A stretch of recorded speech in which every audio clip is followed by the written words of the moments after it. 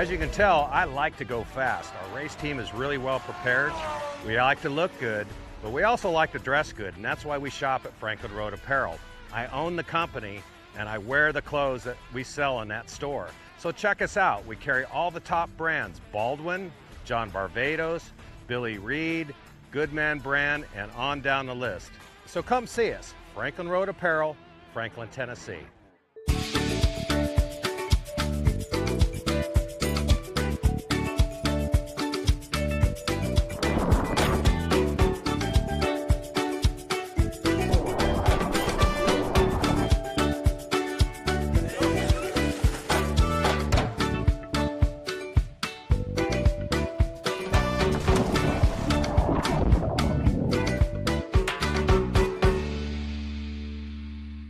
Lightweighting means reducing mass and consolidating parts. No one tackles these design and tooling challenges better than three-dimensional services. We'll provide flexible tooling solutions, including integrating parts, reducing design complexity, or even design changes. We're the go-to source for rapid manufacturing and low-volume production. Trust three-dimensional services to develop the most efficient approach to meet your lightweighting challenges today. Three-dimensional services. Prototype, production, proven. Menards is the Midwest's ultimate home improvement store. Family owned since 1958, Menards is the one-stop shop where you always save big money. Get the Midwest's best selection nationwide when you shop online at menards.com. We make it easy to complete your projects around the house, big or small. From hardware to plumbing or paint to appliances, we carry it all. Visit menards.com today to save big money at Menards. Save big money at Menards.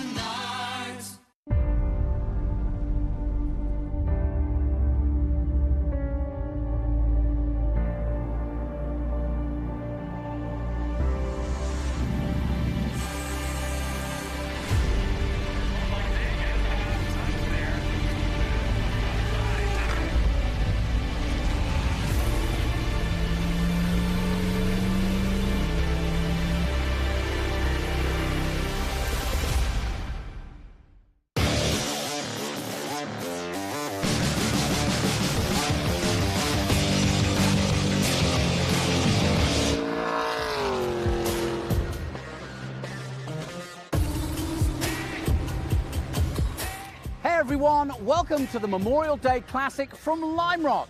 It's been a big part of Trans Am for many years. In fact, this year is the anniversary, 55 years since Trans Am first came here. Peter Revson winning the first ever Lime Rock Trans Am event.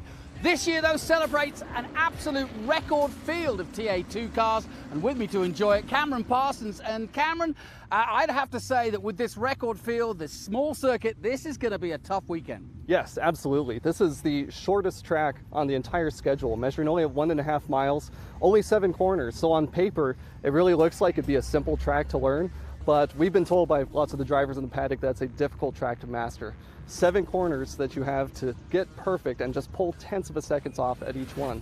Also, just funny enough for this track, out of 7 turns, only one of them is a left-hand corner. So it makes an interesting case for how you set up the car, mainly for just right-hand corners. Well, not only is the track very tight indeed, but as I mentioned, a record field of over 30 cars, and that's going to factor in as well. Yeah, I mean, when it comes to qualifying, that's one thing, trying to land that perfect lap in only those 7 corners. But also because it's only 1.5 miles, with so many cars on track, managing that traffic throughout this 100-mile race is going to be a big, big challenge through this whole thing. So you really got to be patient. No question about it. Thanks, Cameron. We'll be hearing from Cameron later in the commentary. But now let's turn to our championship. And at the moment, it's being led by Rafa Matos, who knows all about Lime Rock and all about being patient. He has a 25-point lead, but can he maintain it here?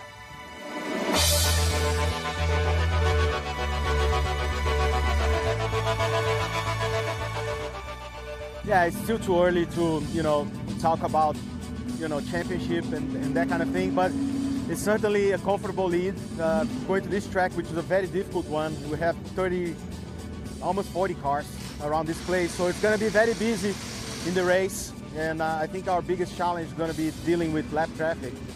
I used to say, don't put your race in somebody else's hands, so we have to be careful when we go around them. But at the same time, you have to be aggressive because there's other cars behind you trying to overtake you. So You know, it's being patient, but also with a little bit of aggressiveness and being responsible. You know, it's a points race. It's a long championship, so we have to think about the big picture here.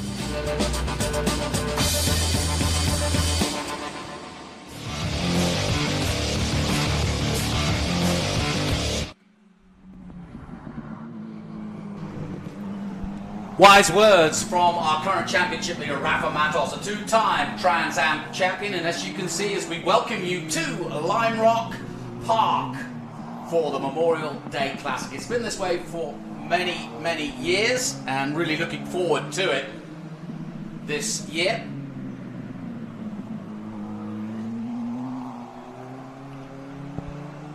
The trouble we've got at the moment is the rain, the weather. That's going to be the problem, because it's been raining this morning, and we've had quite a lot of downpour overnight. As you can see, there's some single seaters out on track at the moment, and we are hoping that at least the weather that was predicted will stay away at least for the 100 miles we want. But I'm afraid to say that I think it's already drizzling right now. The crowds are never perturbed by it, I may add. And alongside me, Cameron Parsons, a regular on the West Coast as a driver, not necessarily knowing Lime Rock that well, but you've learned a lot about it, talking to the drivers and obviously watching it. What are your thoughts heading into this, given the weather? Yeah, I mean, I wish I brought that California weather with me, but things are looking a little different now. So I put a few hundred laps on the simulator, find my way around the track, interviewed a bunch of the drivers. One of the key elements that we've seen here is that this track is tight, it's narrow, it's difficult to pass. So when it comes to trying to move forward and gain position, there's definitely going to be some challenges. Because the track is so short and there's so many cars on track, they're going to be running into traffic pretty early on, which means they can work that traffic to their advantage and try and make passing happen in that case. Well, let's join the third member of our group this weekend. That's Greg Riggs, who, of course, is the track commentator here at Lime Rock, and he is down on the grid. Let's head over to Greg. Over to you. Thank you, Johnny. Lots of stories to be told here at the Memorial Day Classic, not the least of which is the weather. First of all, a driver who's had some hard luck to begin the weekend. Let's bring in Dylan Archer. Yeah, thank you for having me. I just want to say I wish we could have been out on track, but unfortunate situations. We lost a motor in qualifying, but trying to make the most of it, and we'll regroup for Mid-Ohio and be back better. Dylan, you have a family history racing here at Lime Rock Park, and we know that they're rooting for you back home. Yeah, so my Uncle Tom actually won this race in 1993 in Trans Am at Lime Rock, so I was hoping to do my best to carry on the tradition, but here we are and just trying to make the most of it. Well, good luck for the rest of the season, Dylan Archer.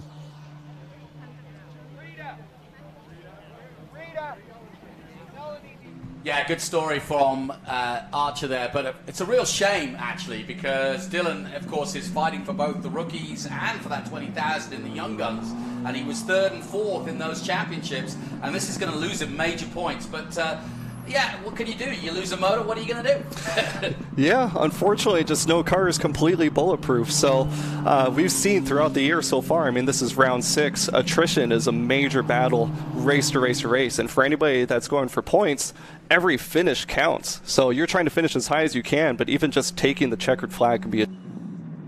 You know, it's an interesting footnote. We just mentioned Tommy Archer, a former winner here. Well, Boris Said was a former winner here. He's here this weekend, but not to race. He's here looking after Boris Said Jr., who's out on track right this very moment and taking his way and learning his way in single-seaters. So just a nice little footnote to say that the racing continues right across. Let's head down again to see what Greg's got. Down to you again, Greg Riggs. Thank you, Johnny. We're down here with Adrian Lostowski. Adrian, changeable weather, one of the stories for today's race. What are you thinking in terms of going into the 100-mile feature race? We dedicated ourselves to a full rain setup 2 hours ago, and we just said we're going to go out on full rain, and we're gambling that it's going to rain pretty hard during the race. So that's how we set it up. We softened everything up. We gave it a lot of wing. We're on rain tires, and we're planning for rain, basically. How difficult is it, having not driven the car in the rain, changing the setup that drastically? We've been here in the rain last year, so we have a little bit of experience, so I think we'll be okay. I'm pretty happy with the conditions now, and I'm pretty happy with the setup right now. I think it's going to help us rather than hurt us. So you're committed to the rain tires regardless of what happens? exactly. Committed to rain tires no matter what happens. That is Adrian Lostowski, the driver of car number 3. Let's send it back up to Johnny.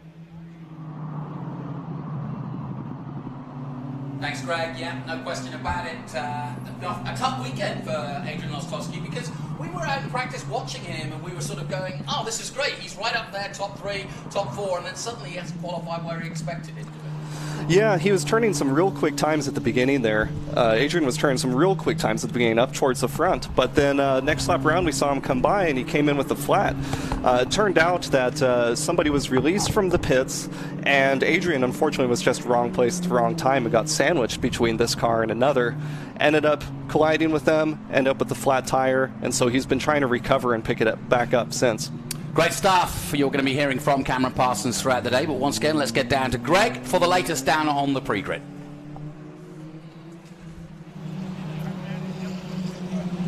Keith Prochuk is here with us now. Keith, you're starting from 8th position. We're asking everybody the same question. What's your choice on tires? We're on wets. I think the rain's going to be coming down a bit harder. So I think we'll be in a good position. Last year I was really fast in the wet. This year I'm pretty fast in the dry, but again, this is all of our first sessions in the wet. I think we're going to be in a pretty good spot. Have you talked to the crew about the possibility of doing a tire change? Yeah, we looked at the weather, and it might get drier, but our objective right now is start in the wet, make as many spots as we can, and then we'll just see what happens. What will happen if you do have to make a pit stop?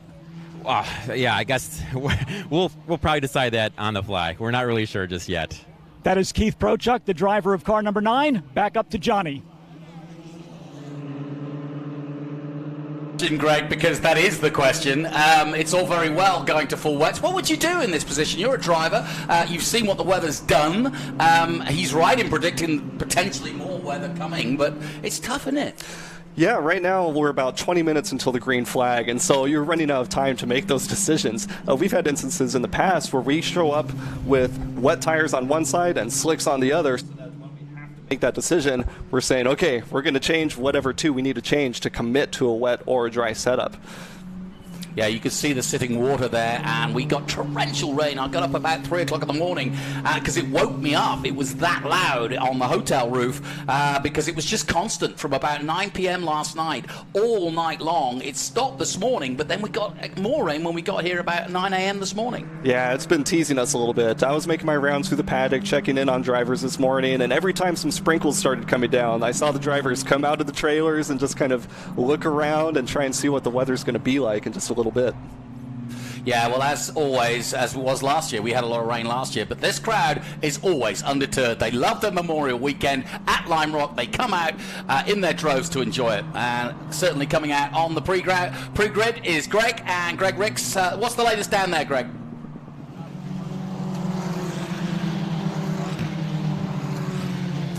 Thank you, Johnny. We're down here now with Scott Borchetta, the driver of car number 48. Scott, you're one of the drivers who may have a little bit of a glimpse of the conditions of the racetrack since you were out earlier. Yeah, we were able to do a few laps in our Group 10 car and just see what the grip of the tire is. And I have no rain experience, so this is going to be a survival race. So you're going out on rain tires? Yeah, I think pretty much the whole field's going out on rains. There's nobody that could handle this in slicks right now. Everybody's got to start on rains. Any thoughts on making a pit stop? Well, if we do get a dry line and the sun comes out, we're all going to go back to slicks. That would be the only time we'd come back in. That is Scott Borchetta, the driver of car number 48.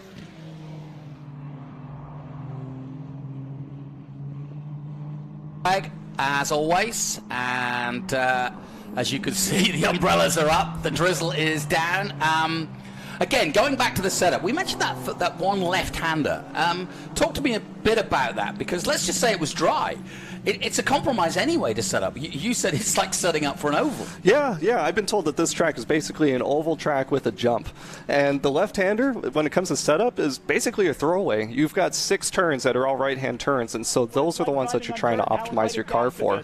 Adrian Lostowski actually described it to me like this is 2 different tracks in one, because the first half is a little bit tight and twisty. The second half is higher speed. So you want a soft car for the beginning, you want a stiff one for the end. So even though it's simple with all right-hand turns, or almost all right-hand turns, there's still some complexity and compromise, as you say, to where you end up when you go on track. Would you be nervous in a situation where the questions aren't answered? I know you drivers like to have control of your situation, but when it's like this, you really don't have, do you? Oh, this is the worst spot to be in. I like it when it's full dry or when it's full rain. Yeah. But when you're not sure and it's going to be one or the other, there's nothing that you can do but sit there with your driver's suit and a helmet on, just waiting to see what happens. And when you're already on grid, you can only make minor adjustments from this point forward. So some drivers, we heard, some might commit to a wet setup, some might commit to a dry. From here, all you can really mess with are maybe shock changes and tire pressures. And ultimately, at the end, your engineer is going to turn to you and say, you know, it's your choice, but here's what I would say, because that's his job. But it is a tough situation. No tough situation for Greg Ricks, though. We've got him working. Our producer is making sure he gets all the interviews. I'll explain why. Ben's not here in a moment, but let's head down once again to Greg Ricks. Johnny, fastest rookie here for the Memorial Day Classic is Brent Cruz. Brent, you'll be starting in 4th. We know that you come from a dirt track background. Does that help you under these rainy conditions? Well, I don't really know. I don't know if it will or not. I'm guessing dirt really won't do much because you want to keep it as straight as you can with not a lot of wheel spin, and dirt's really the opposite. I hope it really transfers, and if it does, we'll be good. Any thoughts on making a tire change during the race if the weather improves? I don't know. I think it's going to take too much time because no one's really prepared to. None of the crews are prepared to make a super fast pit stop, and I just think it's going to take too much time. That is Brent Cruz. He's the driver of car number 40, and he starts in 4th position. Back to Johnny. Thanks, Greg. Yeah, Brent Cruz, really interesting kid, a multiple world champion in karts, and is taking this Trans Am field by storm. He was fastest in first practice, and he is definitely one to watch as a young gun and as a rookie, just a kid, and already fighting with the likes of Matos and many others. Let's head down once again to Greg. He's got another interview for us. Thomas Merrill is with us now. Thomas, you're starting right up at the front of the field. What are your expectations for a wet race start? I have almost zero expectations at the moment. All the hard work from yesterday is right out the window. The good news is it's the same for everybody. The big challenge for us is going to be getting this many cars through turns 1 and 2 clean. If we can do that, we can settle into a nice pace and hopefully put on a good show. But to be honest, I think we're going to see some yellows. So I think it's going to be about managing the car and being there at the end, really. Have you given any thoughts to making a pit stop? No, not at all. That's a good idea, actually. I'll put that in the game plan. No, I think it's going to be wet all the way through, but it may not be super wet, so we got to keep the tire on the race car. That is Thomas Merrill. Let's send it back up to Johnny. Yes, just to explain, Ben, a weekend off for Ben Sissel, I'm afraid. He's under the weather this weekend, just as the weather is playing a part here. So we wish Ben well, and he'll be back as soon as he can be. But let's take a look at the full grid then for today's race, the Memorial Classic here at Lime Rock. And it's no surprise that the man who was on pole position this time last year and pretty much dominated all of practice and qualifying is that man of the moment, Mike Skeen, the man from Charlotte, North Carolina. But the Ford Mustang doing a great job and doing a really good record time of 51.4. Our multiple pole award winner is Mike Skeen, driver of car number 89. Pole position qualifying time 51.445 seconds around the 1.5 mile track here at Lime Rock Park.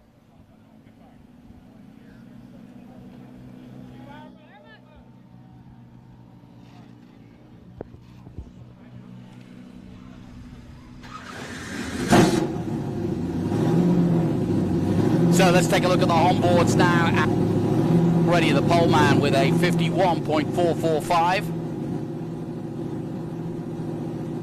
Skeen in brilliant form in the three-dimensional services group. He's not doing the full season, but he's still very much a contender for the championship and as fast as you like. He's also doing IMSA this year, hence he's not doing the full season, but whenever he's in a Trans Am car, he is competitive, and of course he was pole here last time.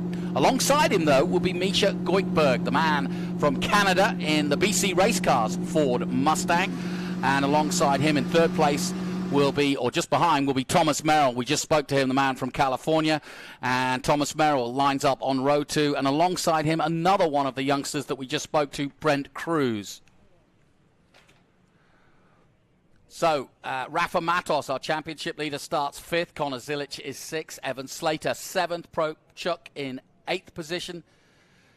Tyler Casera in 9th position. Cameron Lawrence in 10th. Lostowski. Then Adam Andretti. Disappointment for Adam Andretti. He's usually quicker than that here. He was quicker here last year, but he's 1.1 off the leaders in 12th position.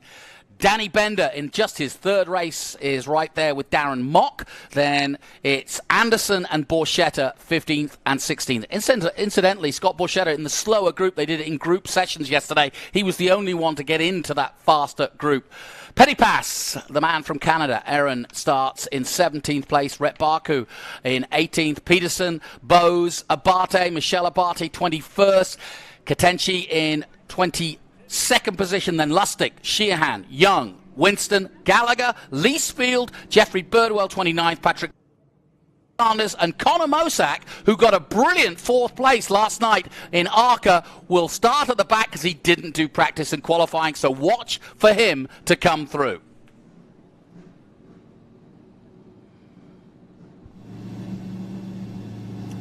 Again, I'm joined by Cameron Parsons, who looking forward to this, I know, and has been talking to some of the drivers. We've got some great youngsters out there, many of which have never taken on Lime Rock.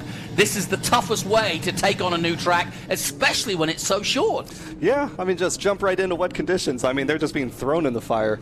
But I was talking to Brent Cruz earlier, for example. He told me, even though he's never been here before, he was putting in a few hours on the racing simulator, and I'm sure that's what everybody's doing in preparation. Where it is, it's clipping now. So as they get ready, they watch videos, they look up on YouTube, finding onboards, they download the simulators and everything. They do everything they can to just at least get a sight, get a visual of what a fast lap looks around this track. And then when you actually get the simulator, actually I did the same thing.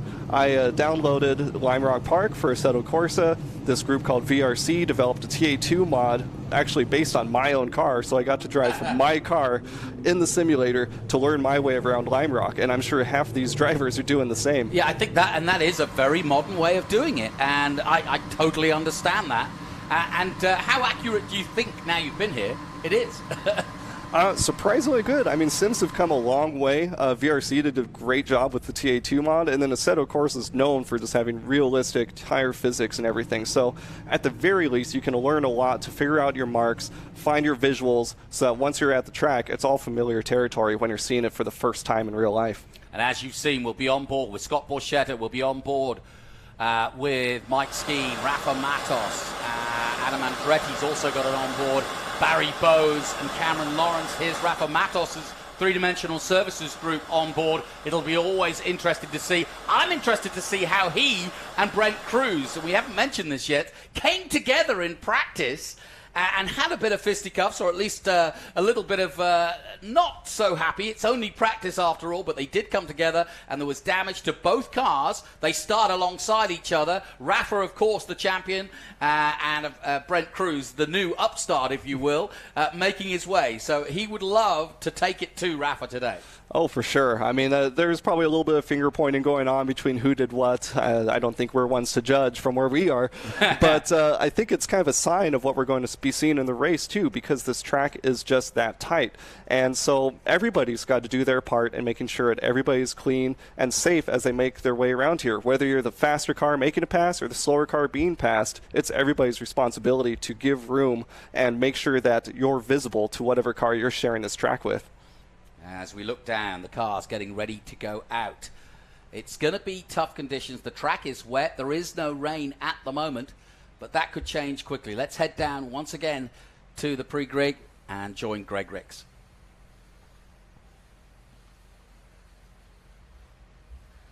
We commemorate the sacrifices that form the foundation of Memorial Day.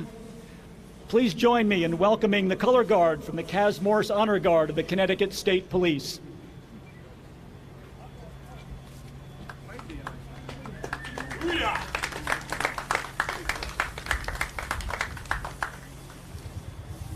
It's my pleasure now to introduce the Reverend Heidi Truex from the Trinity Church, who will deliver today's invocation.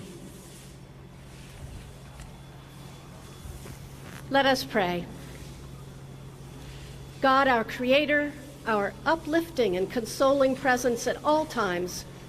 It's a beautiful race day on this Memorial Day weekend at Lime Rock Park, and it's been a tough couple of weeks for our country.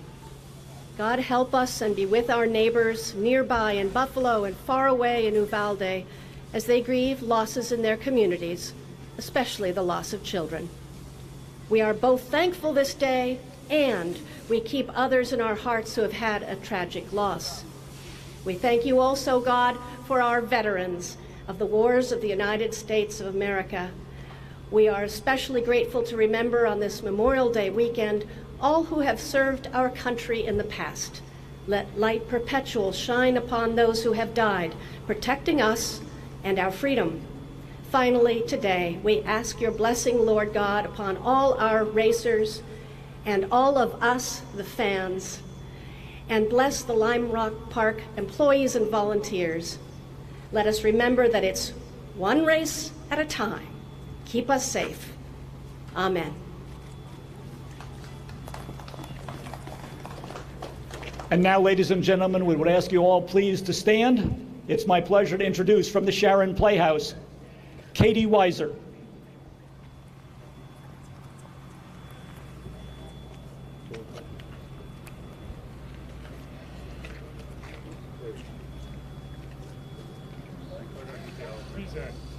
Oh, say, can you see by the dawn's early light what so proudly we hailed at the twilight's last gleaming, whose broad bright stars through the perilous fight o'er the ramparts we watched were so gallantly streaming, and the rockets red clear, the bombs bursting in air, gave proof through the night that our flag was still there. Oh, say does that star-spangled banner yet wave o'er the land of the free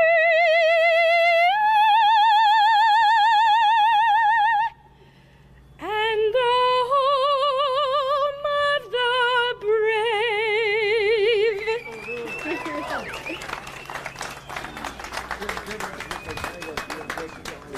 Let's bring in now our Grand Marshal for the Memorial Day Classic. You met him earlier, introduced by Skip Barber. This is Anthony DeMonte, the CEO of the Skip Barber Racing School.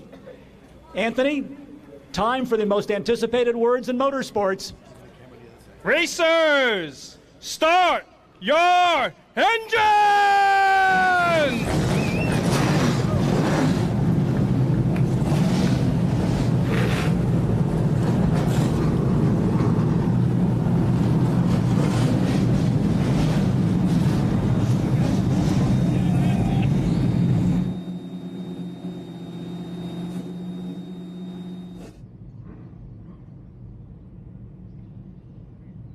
Going on right underneath our commentary position, which currently is literally rumbling with that noise of these thunderous cars. It is always a wonderful moment in motor racing, but especially at Trans Am, celebrating its 55th year.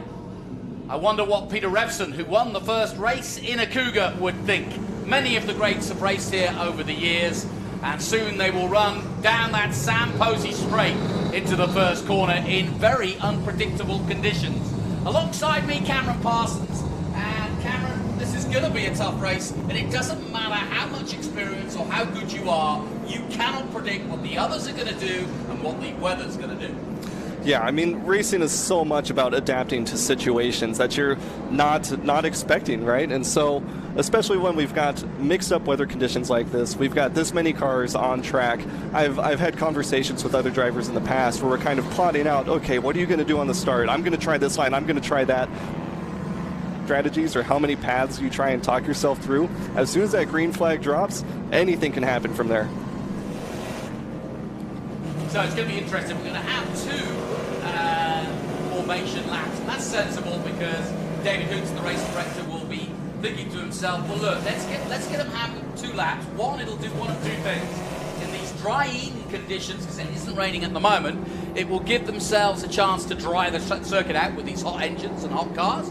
But 2, it'll give each and every driver, especially the youngsters who've not raced here, a chance to see just how good and how grippy the conditions are. What would you be looking for if you had 2 formation laps? Yeah, a couple things are going on here. I mean, the formation laps, it's a good thing we have 2 of them because this track is so short, so you need that extra time to get things warm.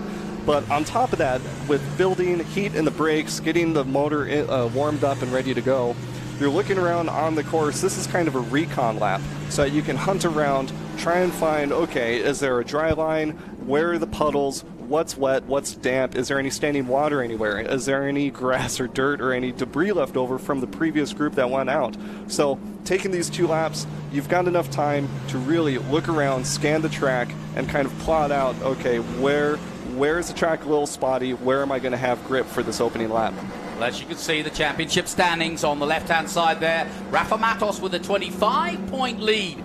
And that's why Rafa, currently in 5th position at the start of this race, has to be careful. The worst thing he could do today is give any points away to Tyler Casera and Thomas Merrill, who aren't that far behind. I didn't mention Mike Skeen purposely because although he's 2nd, he's not going to be doing the full season. So it's Casera he needs to watch, Merrill he needs to watch, and Cameron Lawrence. So Rafa Matos really just needs to finish cleanly. He doesn't need to get in a scrap with Brent Cruz or any of the other youngsters. And he almost basically admitted that to us earlier in the weekend, didn't he? Yeah, and at this point, this is round 6 out of 12 races, I think, for the season. So we're hitting the halfway point. So any DNFs or mechanical issues or whatever attrition we face in the first half of the year, you don't want to be dealing with any more of that. This is where things start to tighten up from this race forward. And so, yeah, there are drivers that are doing a partial season. They're going for the wins. They're going for the podiums. But everybody else is thinking purely about points. They want consistency. They want to finish regularly as high as they possibly can, but they've got to do it safely. So you might start seeing, fewer and fewer aggressive moves or chances being taken, and you've got to approach it much more calculated from this point forward. It's an hour of racing, 100 miles. Where can you overtake? You've been talking to Dylan and a few other drivers this morning. What did they tell you? This is such a difficult track to pass on, and so as you might expect, at least turn 1 is the biggest opportunity of all. It's a little bit more of a straightforward corner. It's a little bit wider. You've got grip both high and low, so if you can get your nose in there and squeeze in, it can be done. For the rest of the track, it's actually very difficult. You almost have to wait for an opportunity for a mistake to be made or something like that. But no matter what, you've got to be setting up these passes at least 1 or 2 corners ahead of time because these sections are so short till the next turn. Well, they're coming over the crest of the hill that is turn 5 and down towards 6, and then they run down through the turn 6 corner and down underneath this bridge into the final turn, turn 7. And it's somewhat ironic that Mike Skeen, the pole man in a Mustang, will be leading them on to the Sam Posey Straight. Sam Posey winning in a Ford Mustang in 1969 right here at Lime Rock Park. History somewhat repeating itself here, but it's 2022. We have a record field here at Lime Rock Park, and we are racing. Good start from Misha Goikberg, but he doesn't quite get the better, or does he? Yes! Goikberg takes the lead for BC Racing. The Canadian, racing as close to home as he can, takes the lead away from our poleman Skeen. On board with Cameron Lawrence, with Prochuk ahead of him. On board with Skeen in 2nd place, just settling through turn 3 and into the right-hander 4, and now things start to settle down, but Cameron, nice clean start. Yeah, that was a great one. I mean, the Trans Am rules have it set. They like you to be packed up side by side, everybody getting on the gas at the exact same time when the green flag drops. But still, milliseconds count, and Goikberg right there just caught Skeen just a tiny bit behind, took advantage, and just comfortably worked his way into turn 1. That was fantastic. Yeah, I think Skeen's playing the long game. He knows he doesn't need to make any heroic moves on the first corner, and so he didn't. On board with Lostowski coming into 7. Now you see the traffic. Yeah, it's already building up. I mean, these cars are going to be so close, especially in the top 10, top 15. Their qualifying lap times were right together. So we're definitely going to be seeing a front group kind of stay collected through this race, and I'm sure they're going to just be swapping positions left and right through this whole thing. Now, we heard Prochuk interviewed, we heard several drivers interviewed about what they were going to decide to do. Some thinking wet, some thinking dry. I think most will go on the dry setup, but we'll soon find out. If there are people on a wet setup now, it's dry. I think they could actually be several on the wrong tires right now. Yeah, that's the gamble, right? When you're about 10 minutes away from the getting into grid, you've got to make a decision. So do you commit to a wet setup? Do you commit to dry, or do you try a little bit of something in between? And so for lots of these drivers, they might be trying something in between, but the rain tires versus the slicks, that's full commitment. You have to pick one or the other. So the cool thing is, we've got a mix of tires, we've got a mix of setups. Those wet tires will surely burn up a lot quicker if it stays as dry as this. So I know that those guys are going to be hoping for rain to come through. What you've got to watch for is guys taking odd lines as the track dries out, because if they're on a wet setup, they'll want to keep finding those little wet patches to make sure that they keep the tires cool, because as we all know, wet weather tires on a dry circuit, they don't last too long. Yeah, exactly. You want to get heat in the tires because that's what kind of activates the compound to generate the most grip. And so wet weather tires run a much softer compound, but the thing is, if you run them in the dry, they're going to be softer than bubble gum when they're done with them. Yeah. So they're looking for those wet patches to keep them cool. And on top of that, when the rain does start coming down, if it starts coming down, it'll collect up, it'll kind of find those spots of the track that are a little bit sealed up and less gritty, and those spots can become real slippery. So you might see some drivers drive partially offline to avoid those areas too. Yep, 66 laps to go, and it's Misha Goldberg leading the way at the moment, ahead of Mike Skeen. Skeen just biding his time at the moment in second place. Merrill is third. Both Skeen and Merrill winners here in the past. Rafa Matos is fourth. He's gained one spot. Slater is fifth, and Casera in sixth place at the moment. A little further back, we're looking also, Borchetta's dropped a couple of places. Brent Cruz dropped to eighth at the start. He, of course, starting ahead of Matos, so Brent Cruz not the start from the number 70, the youngster. But here comes Skeen. He's peeking through the mirrors. He's making sure that he's visible, keeping the pressure on Goiberg there. I mean, you don't want to try any silly passes or anything, but he is definitely making his presence known here. That is great aggressive driving from Mike Skeen. He's keeping his foot on as they come down under the bridge towards 70. Surely going to make a move here, but there's nowhere to do it. The next obvious is at the end of this Samposi straight, and the Mustang lining himself up as Misha Goiberg makes a slight mistake, and here comes Skeen on the outside. Can he make that stick? Oh, wow. I think the pressure that Skeen is putting on Goiberg is working, because Goiberg, you can see he's sliding. He's moving out towards the outside, opening up doors. As long as Skeen keeps the pressure up and keeps his car solid, all he has to do is maybe just wait for a mistake or a little bit of an extra slide. Well, if anybody's a master at putting pressure on, it's Mike Skeen. He's so comfortable in his own skin when he's in a race car. And Misha Goiberg, if he doesn't know it already, is under massive pressure at the moment. Thomas Merrill right there, ready to pick up the pieces if Skeen gets it wrong. But Skeen's got nothing to lose. He just wants to win this race, just as he did last year. Yeah, in this sort of situation, I mean, you can see Matos and Merrill, they're kind of just hanging back, letting that battle just unfold at the front, because for as long as those guys are fighting, it's going to keep them slowing down. And who knows what can happen, but it can open up opportunities for these third and fourth place guys. Dip some wheels in the dirt. Mistake. Onto the straight. That's the second time he made that same mistake coming out of 7, and now Skeen goes through. So Mike Skeen takes the lead for the three-dimensional services in the Mustang to lead this race, the man from pole, and also going through Thomas Merrill. So big mistake from the Canadian. That's a tough part when these cars are so close in their performance and these drivers are so close in talent. As soon as the door opens, it's real easy to get freight trained. You get knocked offline and you can see right there more cars just sneak past, and as soon as one gets through, it's so much easier for the next one to sneak past as well. And the drone shot really shows you just how tight it is in these group races. As we look at Tyler Casera, Casera still in the hunt, very much so, in the number 77, just going through shot in 6th place as we go on board with Evan Slater. Now don't forget, the all-yellow car you see ahead of Rafa Matos, there's 4 of these cars, they're all fighting for position. We're watching where Andretti is going to pop out. He's up to 12th already, having had a bad qualifying. Somebody going wide there as we go back on board with Evan Slater chasing Rafa Matos. Yeah, and you can already see the track is starting to dry up. We can see it on the straightaway in front of us. So it's hopefully those ones that got the setup right, that's got to be paying off right now. Cassera getting side by side with Slater. Slater, another one of the youngsters, making a name for himself with the 3Q team. And Tyler Cassera, still a youngster, I suppose, but really just bounced onto the scene just a couple of years ago. But now, since he's joined the Stevens Miller Racing team, he has become the complete article, a full team behind him now. It used to be just him and his family going to races, but now Tyler Cassera getting the full support. And as they go up over 5, somebody's slowing. And not quite sure who that is yet, going on board with Cameron Lawrence. And look at the group he's fighting with, 5 or 6 there. As already now, Merrill starting to stretch his legs, having got past Skeen. So Merrill now leads this race. Yep, Merrill Lawrence right there, sneaking on the inside, out of turn 7, and landed it.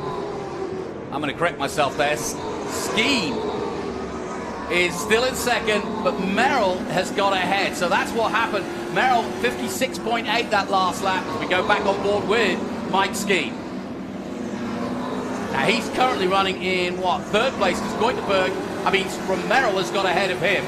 So we're starting to spread out now, and this is all that Merrill needed to get ahead, and now these two pulling away from the rest of the group, and that's what they'll want. It becomes a lot different of a race when you're just concentrating on one rather than 15 other cars.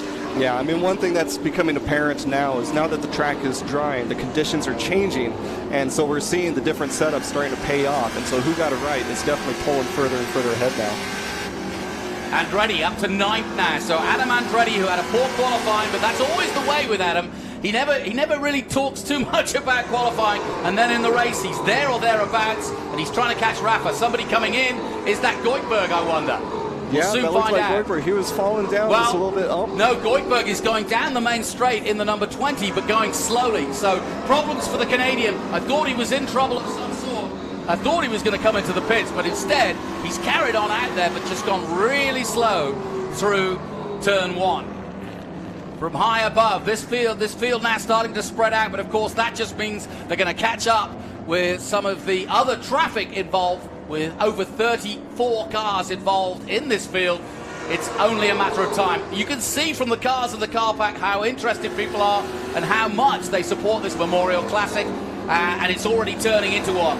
Mike Skeen getting very close indeed onto the main straight, making a move on Ty Young now.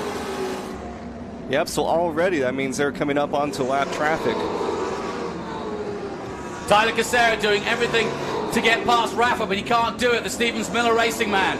Tyler Cassera and Rafa Matos side by side through 1, round the outside, going around the long way, Tyler Cassera, and he's done it! Nicely done! And he's passed the number 88. Well done to him, because that was really tough driving. And he's passed Rafa in that one. Skeen's still up in 2nd place. But this is turning out well for the man who did his first line rot last year, got 8th place, did Tyler Cassera, and looking good at the moment.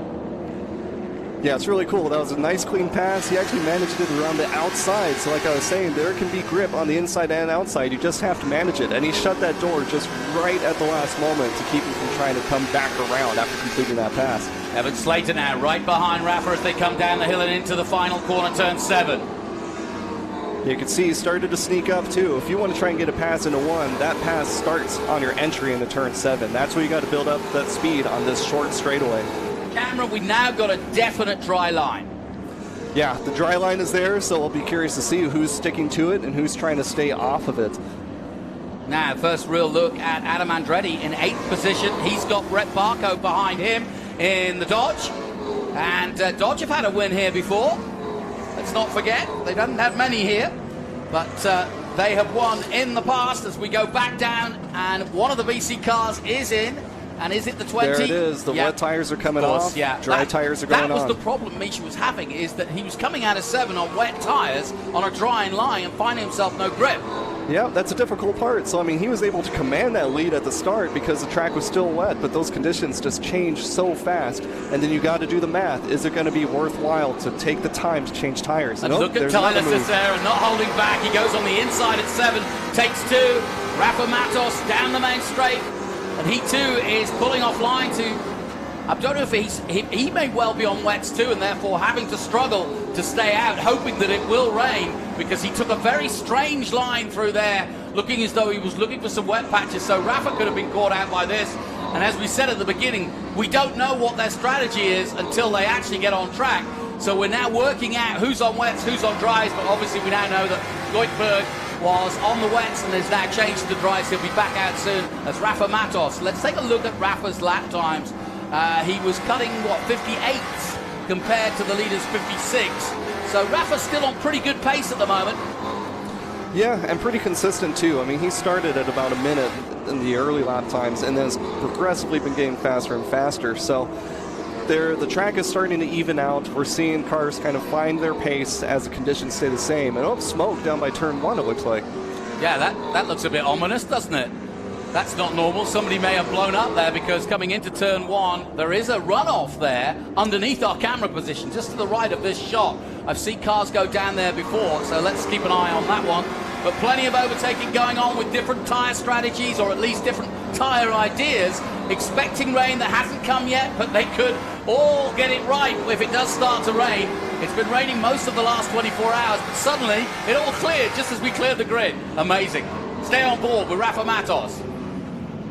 13 of the 68 gone. Thomas Merrill weaving his way through. Great start from Thomas Merrill, the man from Salinas, California, who really didn't have the best of California dreams last time out. In fact, it was a rotten weekend for him. Really wanting to bounce back this weekend. And likewise, Mike Skeen looking to do what he always does at Lime Rock, which is dominate. Casera now up to 3rd. Slater, Lawrence, Matos has dropped to 6th. Further down, Borchetta still 16th. Pettipas, the new boy, if you will, in 17th position. Peterson 18th, Abate 19th, and Tommy Sheehan in 20th position. Yeah, it's so funny to see some of these drivers, I think Merrill being one of them, even Andretti, it's like they do their best when the odds are stacked against them. It's they can start, they have the pace to always start up front, but somehow they get mixed up in bad luck. But it's like when they get pushed back behind for whatever reason, they've got that extra drive and they've managed to find their way moving forward through the field. I don't think that Rafa Matos is under any stress right now. I think he knows that effectively he just needs to get a good finish position out of this. He doesn't need to get any fisticuffs with anybody. He's got that gap at the front. He just wants to walk away from here, knowing the conditions, knowing how small a track this is, knowing the number of people in the field, and having already had a crash with one of the youngsters this weekend. I think he's trying to stay out of trouble. Just seen that the 86 came in, so that proves that perhaps that Adam Andretti was on wets to start with and has now come in to get dries because he was making good hay while it was wet out there, but now it's dry, and Rafa Matos has just done his fastest lap at 57.9. So the track's starting to come to Rafa now as we go on board with Cameron Lawrence. Nice move into the left-hander. Yeah, things are getting a little crowded in 3, 4, and 5. Looks like he's on Winston right now in lap traffic. Just kind of switching back, finding these opportunities, hoping these guys leave an opening.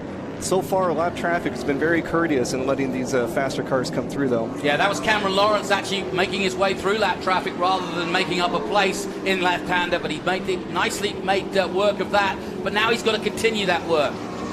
Yeah, the difficult part is, too, you can see the next cars behind him also doing their best work through the traffic, and every car that you're going to pass in this is going to be more difficult to pass than the last one. And so when you're lapping cars, first through those first couple that you come across, oh, we got another car pitting here. It looks like the three-dimensional services. It's another one of the three-dimensional services cars. We'll find out at the moment who it is, because in a moment they'll come into our view. Somebody else locking up there. I think that's Pettipas. Yeah, just trying to see what's happened. It is Rafa Matos, our championship leader, has just pulled out. And now the question is, he pulled out of the race, I wonder.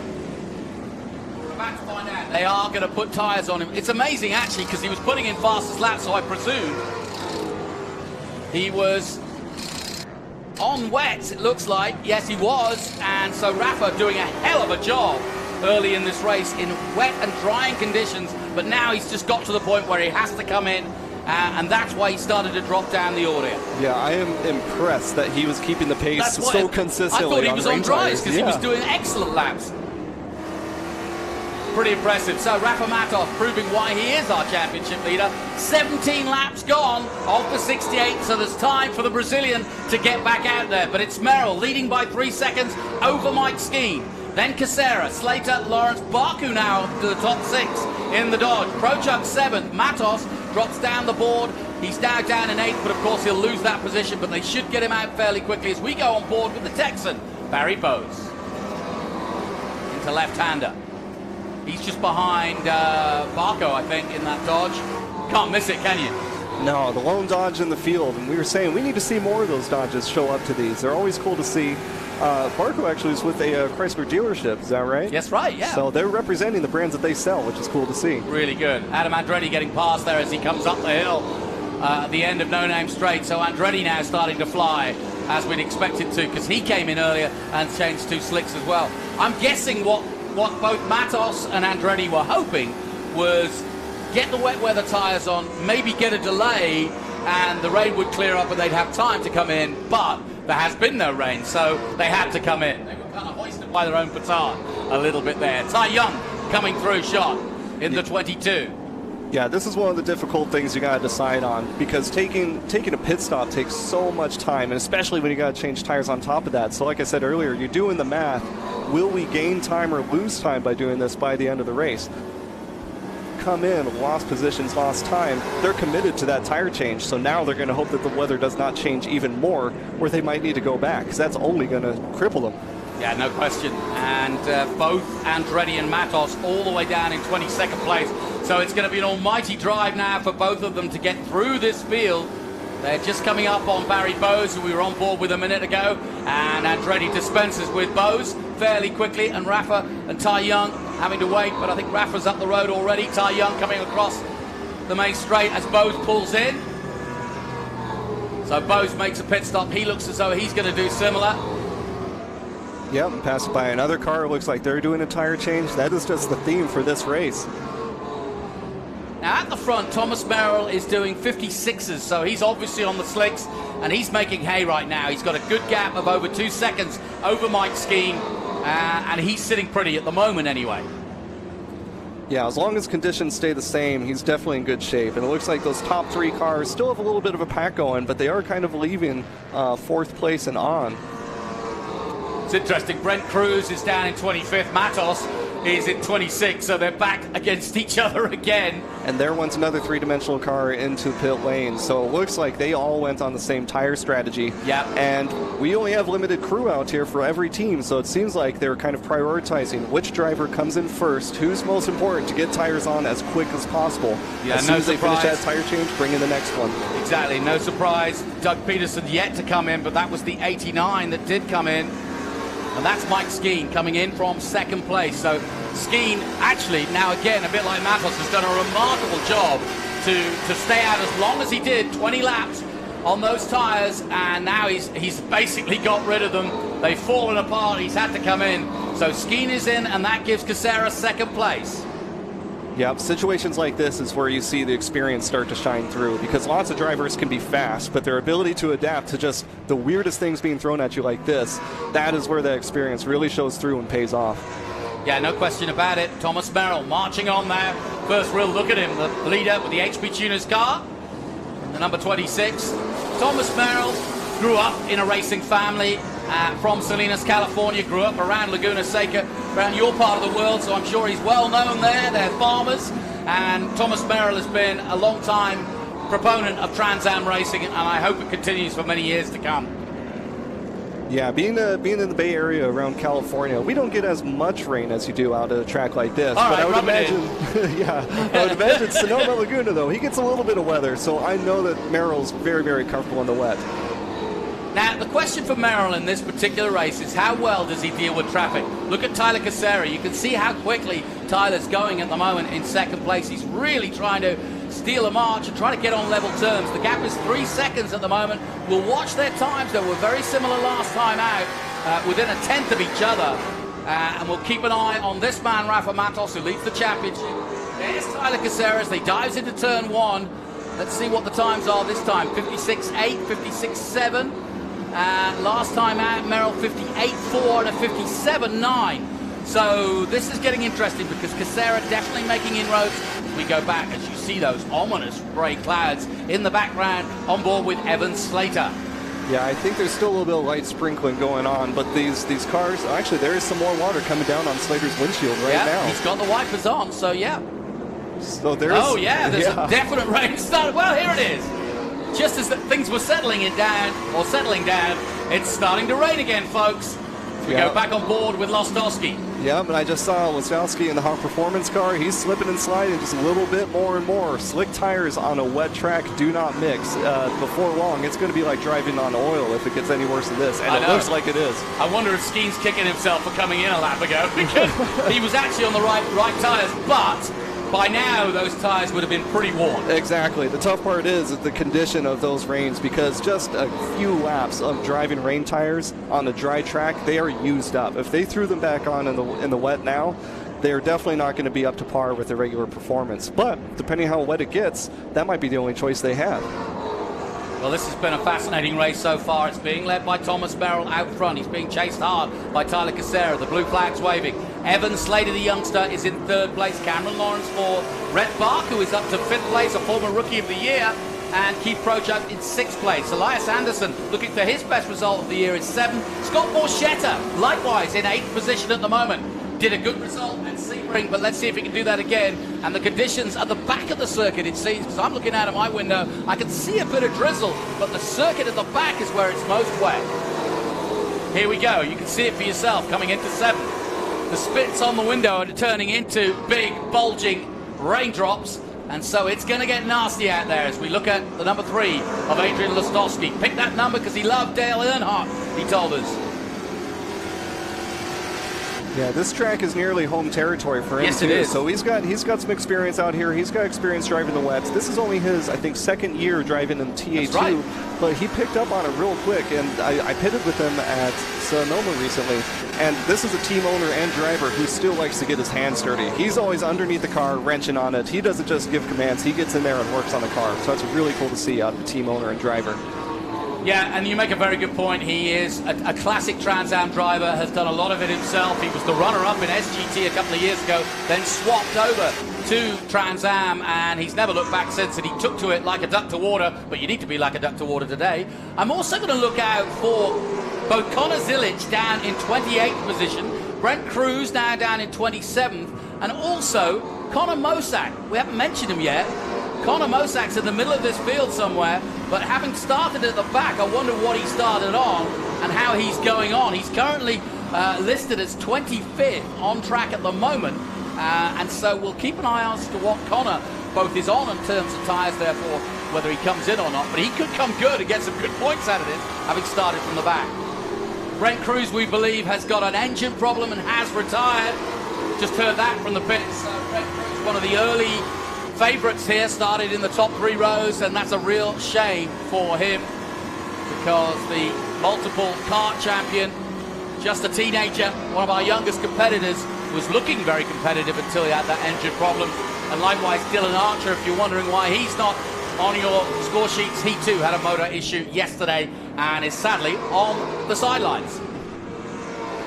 Yeah, speaking of Mosak as well, I mean, he had his work cut out for him because he was starting from the back for this race. And so he is kind of dialing it in, picking it up slowly. But he has not seen a lap of this track this weekend until that first pace lap, right? And so he's having everything thrown at him. You know, he didn't get a chance to warm up. Now he's got all these mixed up conditions. So he's got a lot to try and learn all at once here. But you can see when you look at the bottom left how Andretti is working the wheel, looking in his mirrors, over 100 miles an hour, and from the outside it looks nice and smooth. But when you see that on board, you see how much work he's doing. We see it here. Well, it's cool to see. He's kind of controlling a really mild oversteer. He's kind of pitching the car in just a little bit, letting the car do the rotation for him. So even despite the car sliding around, yeah, he's making it look a lot calmer from the cockpit than what we're seeing from the outside. Great onboard shots here as Lime Rock again throws up its weather and mystery here on Memorial Weekend. Under the San Posey straight and under the bridge they come into turn 1. Adam Andretti looking to make up more places. He's currently in 19th position, well ahead of his teammate at the moment.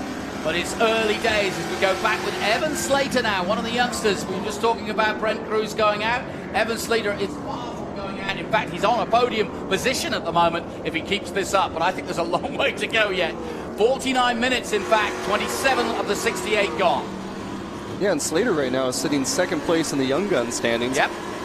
His main goal has got to be just to hold off Mozak, who's currently sitting in first, but starting from the back. So basically, as long as he keeps him behind him for this race, works that traffic to his advantage, he's going to be in a good spot by the end of this. This is good stuff from Lostowski as he dives to the outside, and the inside line taken by the 26. And Thomas Merrill letting him unlap himself, I think. Yeah, that is interesting. And with these conditions right now, I mean, I look outside. He doesn't want to race him, does he? Yeah, yeah. I don't blame him. And there's still a dry line, but with how much water there is coming down, as long as you stay on the line, you're going to have a dry line. But if you put a wheel off of it, it is getting slipperier and more slippery. So you want to stay in line, and making a pass like this is becoming more and more risky because this is wet. Yeah, very. And just out of no-name straight, you've got to make it a really conscious effort to get through, because if you linger, you're stuck, like this sort of situation. This is the last position you want to be in for Lostowski, but he'll wait now as we look at Borchetta in the 48 for the first time. Having a good run, Scott Borchetta. Yeah, running 8th place, still running the 58 lap times. I mean, he's up there. He belongs in the top 10 right now with the times that he's putting down. So he's just keeping it out there, keeping it consistent. Scott Borchetta, of course, does a lot of the SVRA races, so he probably gets more laps per weekend than anybody. But none of those laps have been in the wet so far. But Scott has been learning his way bit by bit. A music man, as we call it. But he's certainly now an accomplished TA2 driver and well deserving of this top 10 position. He's ahead of Mock, a youngster. And of course, don't forget, the Big Machine Vodka team won in the Xfinity Trophy. Of course, he backs that team and got their first win a couple of weeks ago. So things are looking good for Team Borchetta. Yeah, Borchetta and the Big Machine Vodka team is just such a cool sight to see at these events. He's got a toy chest of cars, which he also brings to the track because, like you said, he's driving all kinds of different things at every single track. So he's having a blast out here, and he's getting some extra practice, which is always good to have. Well, of course, he runs Tyler Reddick, and he also runs Jade Buford, who was here yesterday, and Jade was filling in for Connor Mosak, so he's a racer's man for sure. He's quite happy to help where he can as we look at Barry Bowes and Tyler Casera coming into the picture now. Man running still in second place, trying to keep off Evan Slater. The gap between them just a couple of seconds. Yeah, when we were riding along with Borchetta, it looks like Lostowski was getting up next to him. Lostowski started in 11th place, and he's currently sitting in 23rd, so something must have pushed him back. So we're seeing him kind of trying to work his way back up to the grid, so I wonder if he was facing an issue earlier. We've just been giving information that Merrill is actually running on wet tires. Wow. Which actually does explain how, A, he's able to gap Tyler Casera as well he's done in the last few laps because of this wet conditions at the back of the track. But it doesn't explain how he's done 20 laps as good as he has. So I think the award for best strategy has got to go to Merrill because he only suffered a couple laps on those wet tires, but now it's kind of paying off as long as he didn't melt them during those dry laps. But right now, he's making it look like he can serve them perfectly because he is stuck to the road. You can see right there. Yep, and he is a very well, what should we say? Not conservative, that's the wrong word. He's a very smooth driver. Yes, you do not want to be in Merrill's. He will make an opening and take it. But when it comes to just setting down laps, being clean, and not putting a wheel off, I'm not sure I've ever seen that guy make a mistake. And I'll tell you what, I wouldn't want to be a midfield driver in this situation because you've got guys like Raffer and Skeen coming through at big-time speed. And then you've got guys like Merrill who are trying to let people unlap themselves because they're either on a different tyre strategy or they've just pitted and they're back out on slicks and they're therefore going fast. But this track is half wet, half dry. It's tough. Yeah, it's such a tough spot to be in, especially a midfielder. It's like if you're racing Le Mans or some sort of endurance race, and when it starts to get real rainy, visibility goes down, you might be asking your spotter, okay, that car behind me or the one behind them, is that for position or is that the class leader? This is turning out to be another great Lime Rock race. Rhett Barco just going through onto the main straight again. And interestingly, Darren Mock now up into the top 10 and Mike Skeen just ahead of him in 9th position. So Skeen has made his way through into the top 10. He's now behind Scott Borchetta. How quickly can Skeen get back with the leaders, I wonder? Let's find out. We're on board with him now. Yeah, Skeen in the top 10 with the tire change on top of that. Yeah. Running through pit lane, 40 miles an hour maximum speed through there, and changing 4 tires. That eats up so much time, but he's getting it done. There's Borchetta. He's got him in his sights, and that didn't take long. On the exit of 6, see ya? Yeah. Mike Skeen makes that easy work. Yeah, his car was stuck. So far at least, it's looking like he made the right tire decision, but we'll see if it rains more. I'm still kind of gambling on Merrill ultimately having on the wets. Skeen right now, it's paying off for the time being, but we'll see. Yeah, we go back on board with Skeen, and he's now looking for the next car to get past if he can, going through left-hander. And there really isn't an overtake here. There's a possible overtake at the end of No Name Straight, but you've really got to be confident. We watched it yesterday, didn't we, Cameron? And you were saying that you know, you can make a move there, but you can get it wrong there too. Yeah, you can. I'm not sure it's always a good idea though. When you see that wall on the outside, it comes up to you awfully quick. So a fascinating race as we go back on board with Barry Bowes now, the Texan. And this has been a good run so far from Barry. He had to pit as well. And Bowes all the way down in, what, 22nd place at the moment. But he too trying to make his way through. Merrill with traffic. He's got his teammate in the HP Tuners team, effectively. Just behind, or just in front of him. And Rafa Matos is behind both of them. Oh, breathing down his neck too. He's keeping pressure on as well. Just asking, how are you going to handle this traffic? Because if you don't make it through, I'm going to find a way through. You better not wait up on this guy. This is interesting because Merrill won't want to let Rafa by. Oh, and here he goes. I say that, he may not have a choice, and Rafa makes a nice move up the hill. You don't see many passes there, but Rafa, the Brazilian, the rider on Fox, brilliant move on the current leader. Oh, and now he's going to do between Project teammates. as well. Yep. So Rafa, who isn't in contention against them, but I just thought that Merrill might just hold him back because, as we all know, the yellow perils that are the three-dimensional services group of 4 cars. And he's down in 18th position, but he's trying to get through. He's trying to do what Skeen's doing, which is to get as many places as possible. And Merrill choosing, quite rightly, not to fight with him there and get into trouble because it could ruin both their races. Yeah, especially running so close with the teammate and everything. I mean, we're still just about halfway through the race with changing weather conditions. I am still surprised to see lap times still are not off by all that much. So even though it looks like it's wet, that dry line is still sticking around. So we've seen Merrill go offline a couple times to get those tires cool. So it looks like he's doing a great job of keeping them healthy through this whole thing. Well, I thought that Mosak might be coming through, but he seems to be struggling. He too is in the mid-20s at the moment and hasn't really made up any major places. As making some inroads on the 77, Evan Slater starting to get ever closer to Tyler Casera. And this is the battle at the moment. Slater, as we go back on board with him. Where, Cameron, will he make the move? I mean, look at this. He's got to start it from here. He's got a good run. It looks like he does. But right there, he had to check up just a little bit at the apex, which means that just killed his straightaway speed. So it seems doubtful that he's going to make it into 1 unless he does a serious dive bomb maneuver. But at this point, that's not going to happen. Yeah, and as you can see, Casera gets into the middle of the track. And now he's got Borchetta on the outside. Let's hope Borchetta doesn't come back in online and get in the way. And he kind of has done that, but it's not his fault. Evan Slater's in his own race. Now he has to go high and wide into left-hander. Yep, to try and set up the next one on the right, so he'll get a little extra speed through here, see if he can get a run through this right-hander. Looks like he's got it. Don't get checked up in the middle. Yep. Borchetta not giving him a lot of time. And he's not going to get through at No Name, or is he? He's trying to Rafa Matos, and he does make it. Oh, but that's tiptoe. right in the needle. Nicely done. And in a moment, Borchetta's going to see him pop through. There is Slater.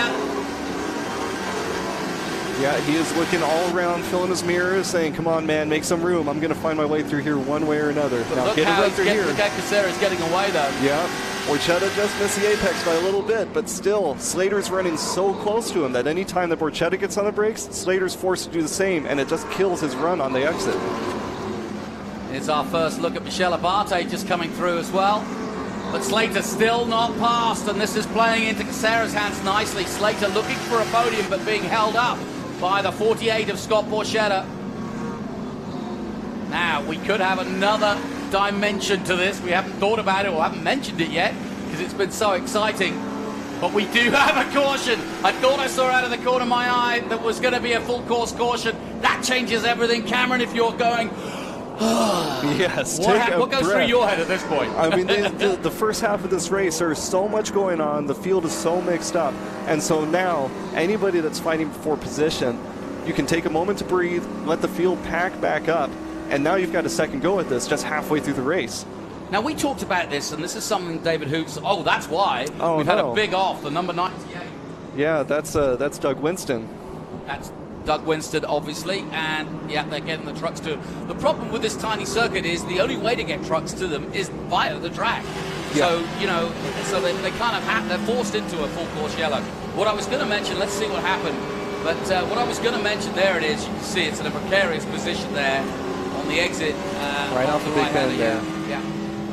But what does David Hoots do now? Because we've seen him try to basically instigate a situation where he tries to get the order of the race back together by bringing people through the pit lane. Yeah, so Trans Am was experimenting with this procedure, and it actually worked pretty well, where they're going to take the cars that are lapped, or lap traffic, and pull them off to reorder the grid so that the lead cars are in the front, so that the lap traffic does not get mixed up in any of the front-end battles, which helps clean up all of the track action when the green flag comes back out. It lets the leaders fight the leaders. It lets the mid-packers and the lap traffic have their own battles, everybody being around the like speed, like cars. When you said it sounds easy, I wouldn't want to be David Hoots trying to do this right now. If we're doing this at like a 3 or 4 mile track, that's not so bad. But we're doing it at Lime Rock. The logistics of this, I am not jealous. Plus, we've got a car strewn out on track. It started to rain even heavier. Do you come in for wets? Yeah, we were seeing it out the window. I should really have the radar up. I'm sure all the teams are looking at the weather predictions. It is coming down now, especially with this yellow flag. The cars are not cleaning up the track or drying off the track as they once were either. They're going at a slower pace, so it's giving the rain more time to collect up, and we can see those decisions being made now. That's the answer to one of my questions. Are they going to come in and change tyres? We just saw Misha Goikberg coming in the 20 for BC Racing Cars, and I think we may see several. Now we're starting to see it. Rafa's in. Back. Rafa's going back to wets, and so too is Skeen. And this is going to get very interesting indeed. This Two of the fastest guys out there. This is the opportunity to make these kinds of changes, because if your crew is fast enough, you can get this done without losing a lap. That's Doug Peterson, actually, we're watching in the 87. So Doug Peterson and Rafa making those changes. It looks like those were worn reins coming off and new reins going back on, actually. Yeah, interesting. So Skeen's still out there, but we presume he's on slicks. So it makes me wonder if Skeen is only doing a partial season this year. Since he's not going for points, he might be a little bit of a lower priority as far as tire changes go. So he might come in a lap or two because, well, they only have so much crew that they can have to change tires. So he might be coming in after they're done with those other three-dimensional cars. And incidentally, this is Doug Peterson's 100th Trans Am race. Quite an accolade by the team owner. So he's been running around doing this now for 100 races in all. So congratulations to Doug Peterson, the owner of the three-dimensional services team, of which there are 4 cars out there. He runs them all, including Mike Skeen. I wondered at first why he brought Skeen in, given that you've got Rafa Mados, and given that the team is so strong. Adam Andretti, they did a great job to help Rafa to his title last year. But it's proved to be really strong, and because they're such an open and smart team, they're like, listen, we'll take data from wherever we can, and we respect Mike Skeen better than anybody else out there, so bring him in. Now look at how many are coming in. 1, 2, 3, 4 cars coming into the pit lane, 5 cars now. So big decisions being made at this point. Yeah, they just keep coming in. You see Michelle Abadi coming in as well. So, and this could be Hoots just here, last cars reorganizing. This could also be Hoots doing his, basically trying to get the order back to what you said, exactly what you said earlier. Yep. So here's where that procedure takes place. You see them just release them right back out, real quick and hopefully easy. Hopefully that's all the sorting that needs to take place. Wow, that's impressive. Hoots doing a really good job. And don't forget, David Hoots was a NASCAR race director for some 30 years. He knows what he's doing in these situations. And a smart decision, and something that Formula One might learn a little bit about. They got that wrong last year. We won't talk about that. But Skeen is in, Mike Skeen. And he is now going to change, I would suggest, back to wets.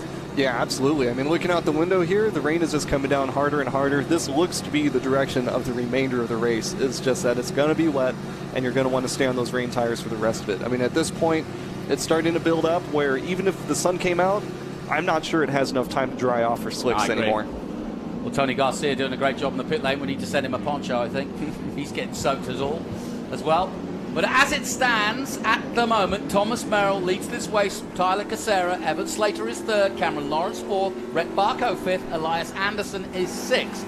Things will change, though, as we start to file out and they start to reposition themselves with different tyres, and likewise, we should have no lap traffic to deal with at the start. I say that because it won't take long before they're getting into traffic again. Yeah, and it might be quicker this time around until they run into traffic, because rain, as they say, is a great equalizer. So we're going to see different experience levels shine through, but anybody that's not going to be struggling. And Cameron, I would say without a doubt, this is the heaviest rain we've had so far since this race began. Yeah, I just had a look at the radar, and it looks like the water is only getting worse from here. So hopefully it does not get too bad that anything has to be delayed or slowed down, but these drivers definitely have a challenge.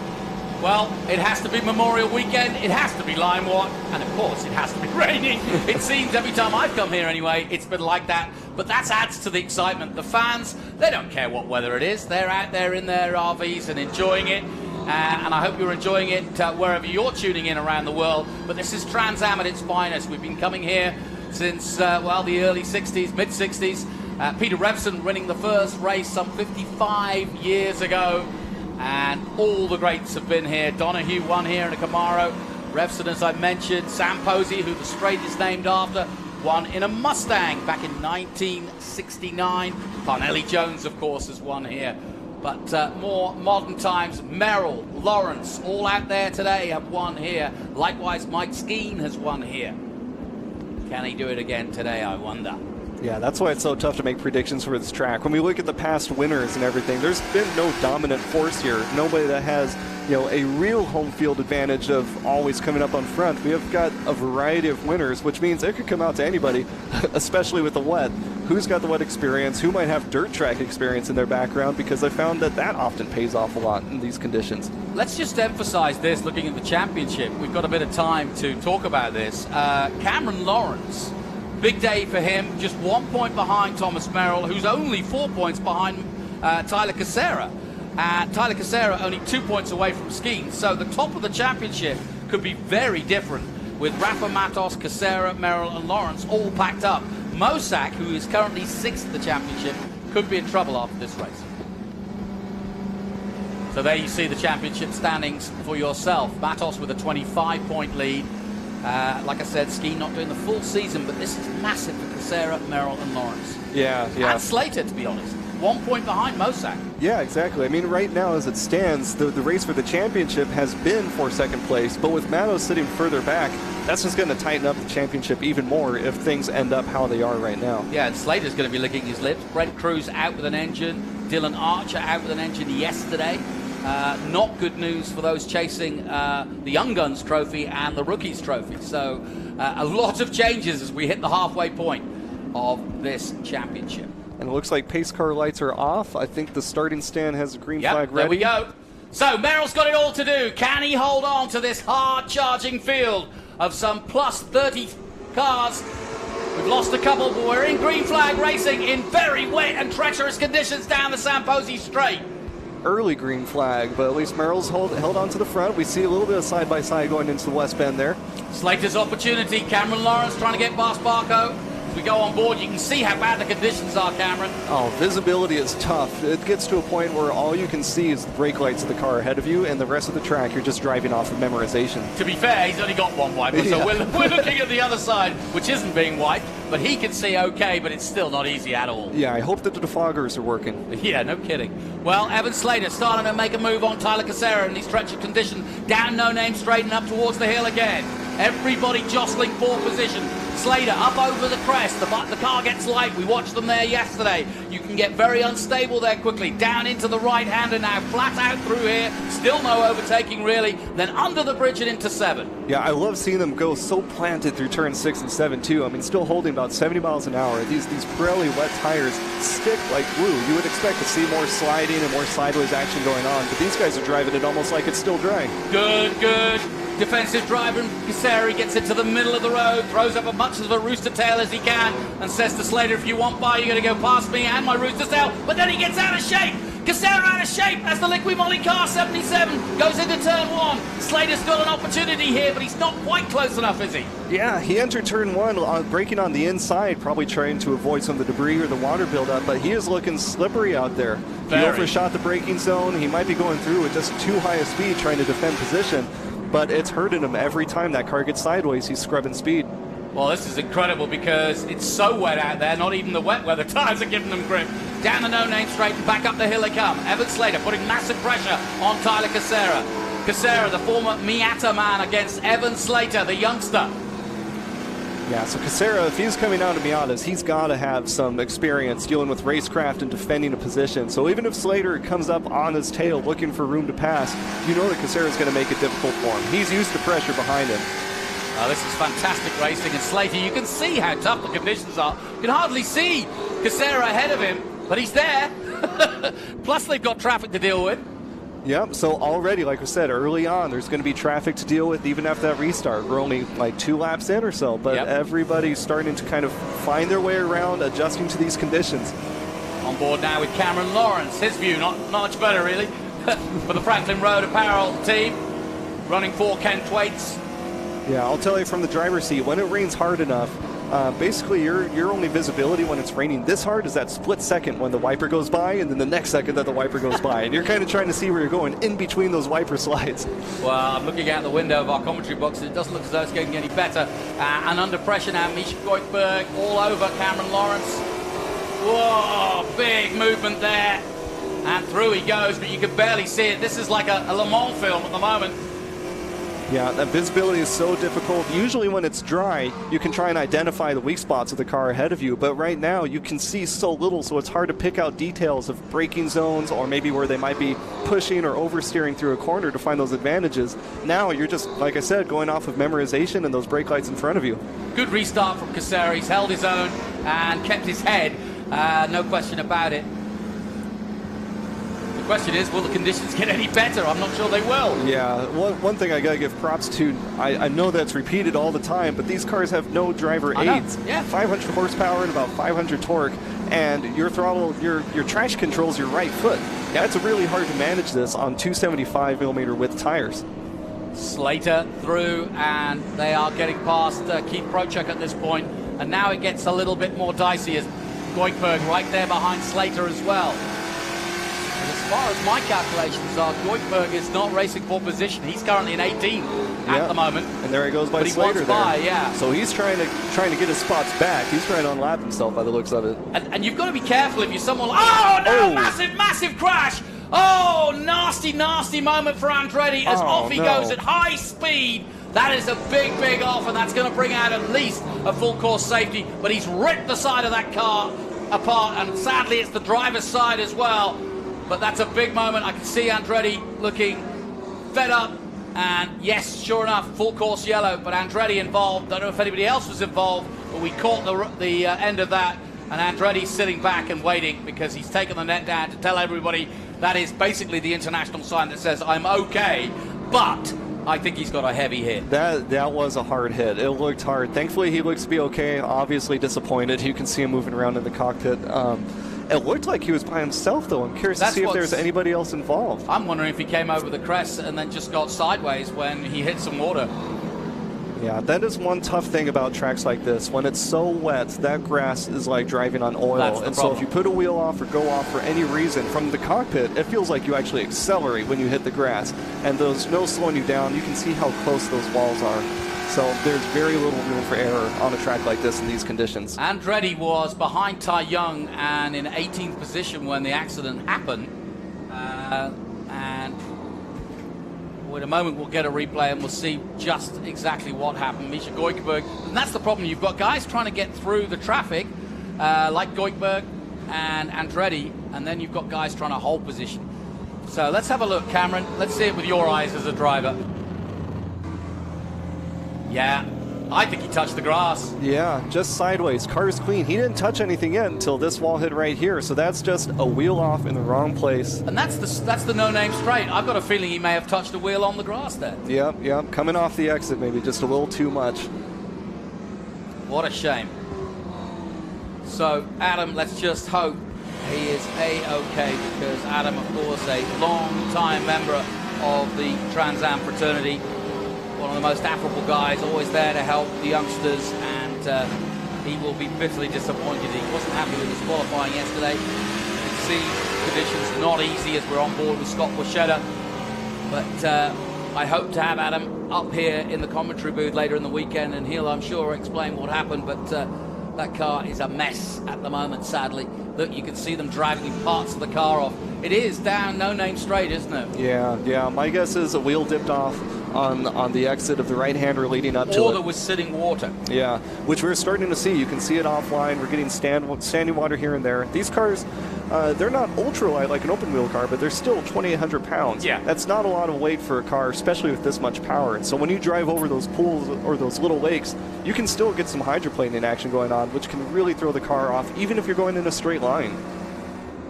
So we're under full course safety here at Lime Rock at the Memorial Weekend Classic, and we've had a strange one because it started off, well, in drizzly conditions. We had a bit of rain this morning. It dried up a bit, and as we stand, Merrill leads this race by Tyler Casera by 3.5 seconds. Evan Slater's looked very good indeed. He is in third, Lawrence fourth, Baku is in fifth, and little behind him is Jim Gallagher, which is a surprise. That's the highest I've seen Jim Gallagher, who you know well. That's really cool to see. He came from the West Coast. Of course. So that would be a great result for him. Likewise for Darren Mock, who is currently in 7th position. Elias Anderson 8th. And Scott Borchetta's dropped to 9th now, having been up there in the top 8. And Aaron Petipas from Canada is in the top 10. And he'll be surprised at that because he, started 17th? Yeah, I mean, it's really cool to see because of these conditions changing. Oh no, we start on wet tires. Now we got to switch to slicks. Now we got to change to wets. I feel like the whole field is just so mixed up because it just screwed over everybody's strategy on how they approach this one. Yeah, I'll be interested to see what Rafa Matos does now from 13th position. Who else? Mike Skeen in 19th at the moment.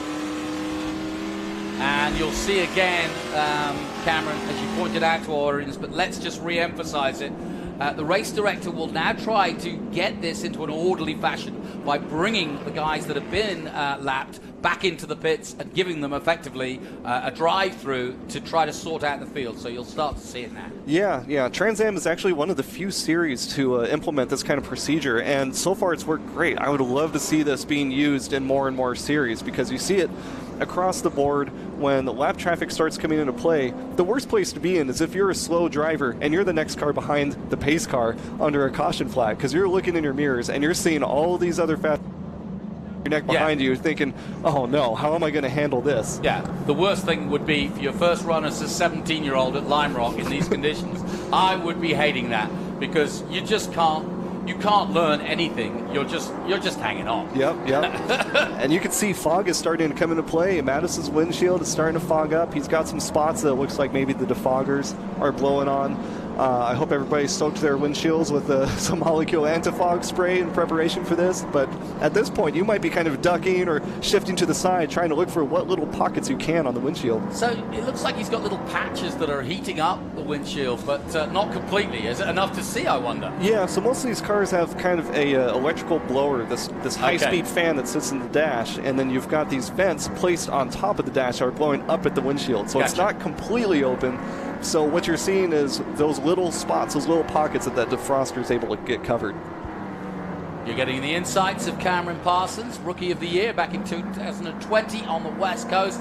Delighted to have him on board with this. I'm delighted you're here because this is one of those races where you need an expert, definitely.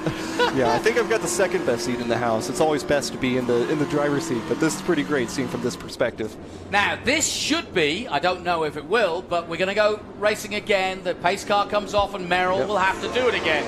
He lights it up again. Will it be for the last time? Casera, if he's going to make a move, needs to do it now. And he does dive in right behind Thomas Merrill. Yep, the restart rules are a little bit looser from the first start. We have to wait until the green. Everybody starts in order, no jumps. But for any restart, you're able to get a little bit of a jump on the start-finish. So Merrill, being well aware of that, got on the gas early, did not have to do any defense going into turn one. And Cameron Lawrence was the man on the move. He got away well and got ahead of Evan Slater. That's why we're on board with him. He's currently in third. And you can see the conditions aren't easy. This is where Andretti had his spill, and that's why we were under caution.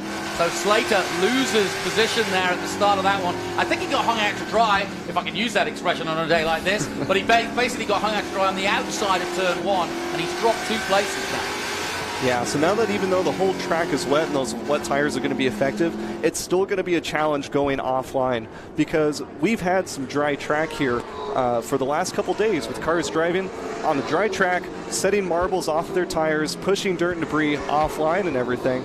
But now all that is getting mixed in with the water. So if you go offline at any moment, it's way, way worse because it's wet and it's dirty and it's covered in marbles. Yeah, Cameron Lawrence made a mistake just exactly as you said that. And that's allowed Slater to catch right up. That was at turn one. They're going through turn two now.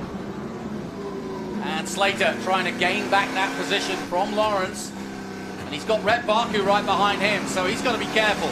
Yeah, you can see Lawrence is just barely missing the apexes, and I think he's doing it intentionally to stay off of those slicker parts of the track where both rubber and water have built up and are preventing the grip that those wearing tires are looking for.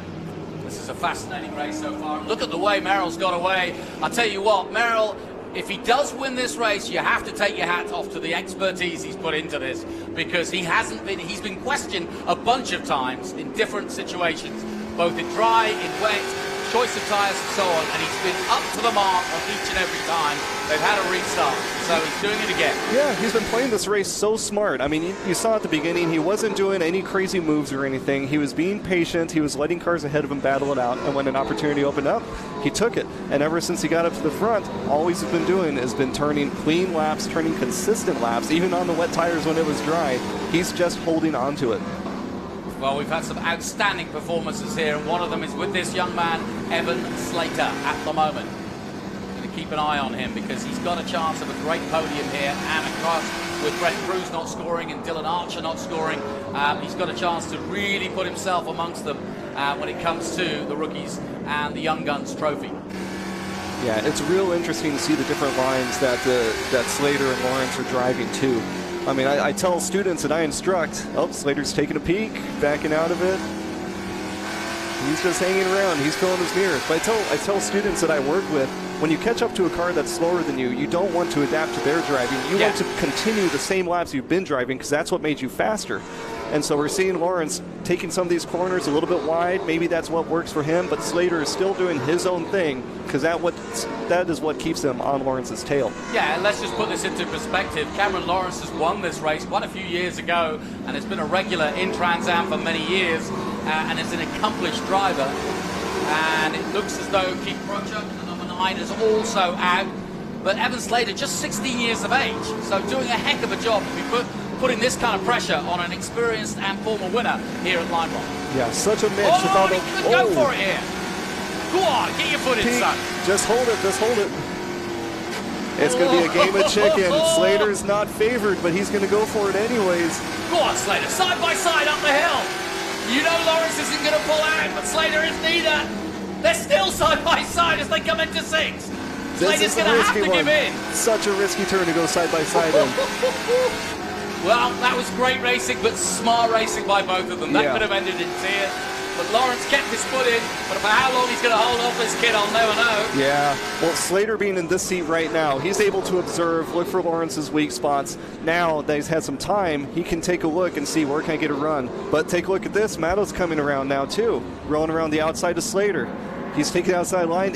Man, he is on rails. How stuck he is on the outside of that bend. And here comes Rafa. Rafa's back into the hunt, as it were. Looking at Rafa Matos. Great racing so far by the championship leader. As we go back on board with Cameron Lawrence. This is great racing, and I hope you're enjoying this as much as we are. This is absolutely superb stuff. Yeah, some of these cars like Matos that are working their way back through the field, I'm sure they want to pick off a couple cars and then get another yellow, and then pick off a few more and then get another yellow. Well, I'm just amazed that we mentioned Jim Gallagher a moment ago. I hope he sticks to where he is at the moment. This will be one of the best results for quite some time now. Up in 9th at the moment, ahead of Darren Mock. Skeen is currently in 15th position. Now, Conor Mosak, I said he'd make an appearance, he is. And he is in 14th position as we watch this battle that continues. Lawrence all over the back of the 89. What can he do? Yeah, Matos and Skeen, they must be sharing the same setup because they are both working their way through traffic, sticking so well to the track in these crazy conditions. And Mosak's just ahead of him in 14th position. Birdwell 13th. Matos is up the road slightly. He's got Sheehan ahead of him. But Matos is the one to watch now at Andretti's house. We go back on board with Lawrence. There's Goikberg. Now, he made a pit stop. Now, what's he on, I wonder? Surely he's on wets because you couldn't race at this pace on slicks now. Right, sure. I would imagine anybody at this point has got to be on wet tires. If they're on slicks, they've got to be, 40 seconds off the pace. Yeah, exactly. It just can't happen. Goikberg does get through on Lawrence, but of course that is not for position. Goikberg just trying to make a move and trying to get back up the field.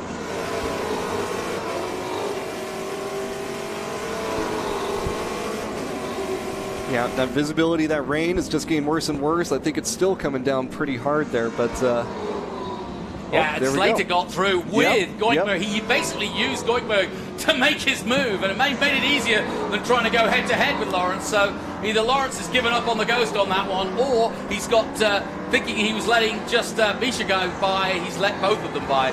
And look at the vision that Matos has got. It's not easy, is it? Yeah, it's starting to make sense now when we saw Lawrence earlier staying off of some of the apexes. When they went through the apex at turn 2, there was water pooled up in there. Lots of these turns, there might be a slight amount of camber where water builds up at the bottom of the turn, right up next to those apex spot, where if you hit it just wrong, you're going to hydroplane right at the apex. Now, Slater, can he get on level terms?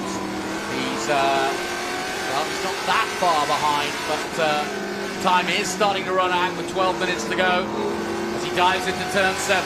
Visibility still not a premium. Really, really skillful driving by all of the drivers out there. You really, on a day like this, can't really throw stones at anybody today. This is absolutely excellent. Tyler Casera has equipped himself well, very well indeed. And maybe it just helps the form of Miata Man. A small circuit, tight racing, wheel-to-wheel stuff. Yeah, some of the Miata drivers are some of the bravest drivers I've ever seen. They've thrown themselves into such crazy situations and somehow always find a way out. So he's dealing with maybe 1,000 pounds extra and maybe about 350, 400 more horsepower than what he might be used to, but he is handling it. Those are semantics, aren't they? But that's the point, isn't it? Yeah. It really is so different. Evan Slater, we're continuing on board with him. We'll keep an eye on just how much time he can take out of Tyler Casera. The gap just under 2 seconds at the moment, and time still on the board. 11 minutes to go, 59 at the 68. Yeah, an interesting thing about this track. Oh, interesting, some damage on the front end. Is that Mosak, or is that Leesville? it's Mosak's car that's damaged. So that's another reason why Mosak is not making it further than 14th. He's got up that far, but that looks rather nasty for the 28. And here's the onboard of Ski. Now what's happening here? Well, we can't see, but he hopefully can. Yeah, he must be swimming in his cockpit right now. It looks what it looks like, but I think it's just his onboard. Oh, and he had a BC car next to him by the looks of it. Yeah, they did. He had Misha next to him, but don't be fooled by that. He's up to speed, because you can see from the miles per hour on the dash that he is still running at absolute speed. But now Slater is reeling in Tyler Casera. Now we've got a battle for the finish here. Over the hill and the crest they come. Slater's right there with Casera. Yeah, you can see every lap they come by, he's tightening up that gap too. He is actually gaining on him. No question that he's putting the pressure on, but where? Should be at turn 1 if he gets good drive here. But again, slight mistake by Casera. Surely this is a chance for Slater. Would you see that as your chance? Yeah, absolutely. I mean, with only 8 laps left to go and 55-second laps, there's basically no other chance to get it done. You've got to start looking for those openings right now. Well, this is intriguing stuff, because Slater has got to make a decision. If he goes ahead of Casera, he also leaves himself open to be popped, to be popped off in terms of an overtake by Casera himself, because he can see what he's doing once in front. Exactly. You can see Casera in trouble here, and that's playing into Evan Slater. But does he want to wait maybe a couple of laps so he can make the move and make it stick? Oh, Casera really in trouble. Yeah. Almost did an Andretti there as the blue flags wave. Here comes Slater up the inside off Casera. He's trying it again. He didn't get it done with Lawrence. He's got it done here on Casera. Excellent move by the 16-year-old. Nicely done. So he's got to move on to the defensive while he's working his way through traffic with cars up ahead. So at this point, not much time remaining in the race. Get through that traffic, try and get you and Casera behind you. We've had all sorts of drama in this race. Tyler Casera putting on a heck of a show in the Liquid Moly Turn 14 distribution car, which of course was in the hands of Mike Skeen up until this season. And we're back on board with Cameron Lawrence down the San Posey straight. Lap 61 now. Yeah, Cameron Lawrence holding a pretty secure 4th place. He was probably spectating that battle up ahead from a little bit behind, hoping something might happen to slow them up. But now that that's all clear, he's only got a few laps to try and pick up the pace. I mean, his gap, he's still about 2.5 seconds off of Casera ahead of him, so he's got a lot to try and make up or wait for that mistake to happen in order to move forward. So this has been an intriguing day of racing, and Thomas Merrill has put on a very, very Merrill-like performance in terms of, I don't think many drivers can pull this off the way he has today. He's just got everything right, when all around perhaps we're making mistakes or making the wrong choices. But then again, you say that, and how do you make the right choices? It's a gamble, it's a lottery. You don't know what the weather's going to do. It's 34 cars out there on a 1-point-plus circuit. It really is so hard. Yeah, I think Merrill's having the best race out here because we're not having to talk about him all that much. That's very true. It was pretty funny. We talked to him.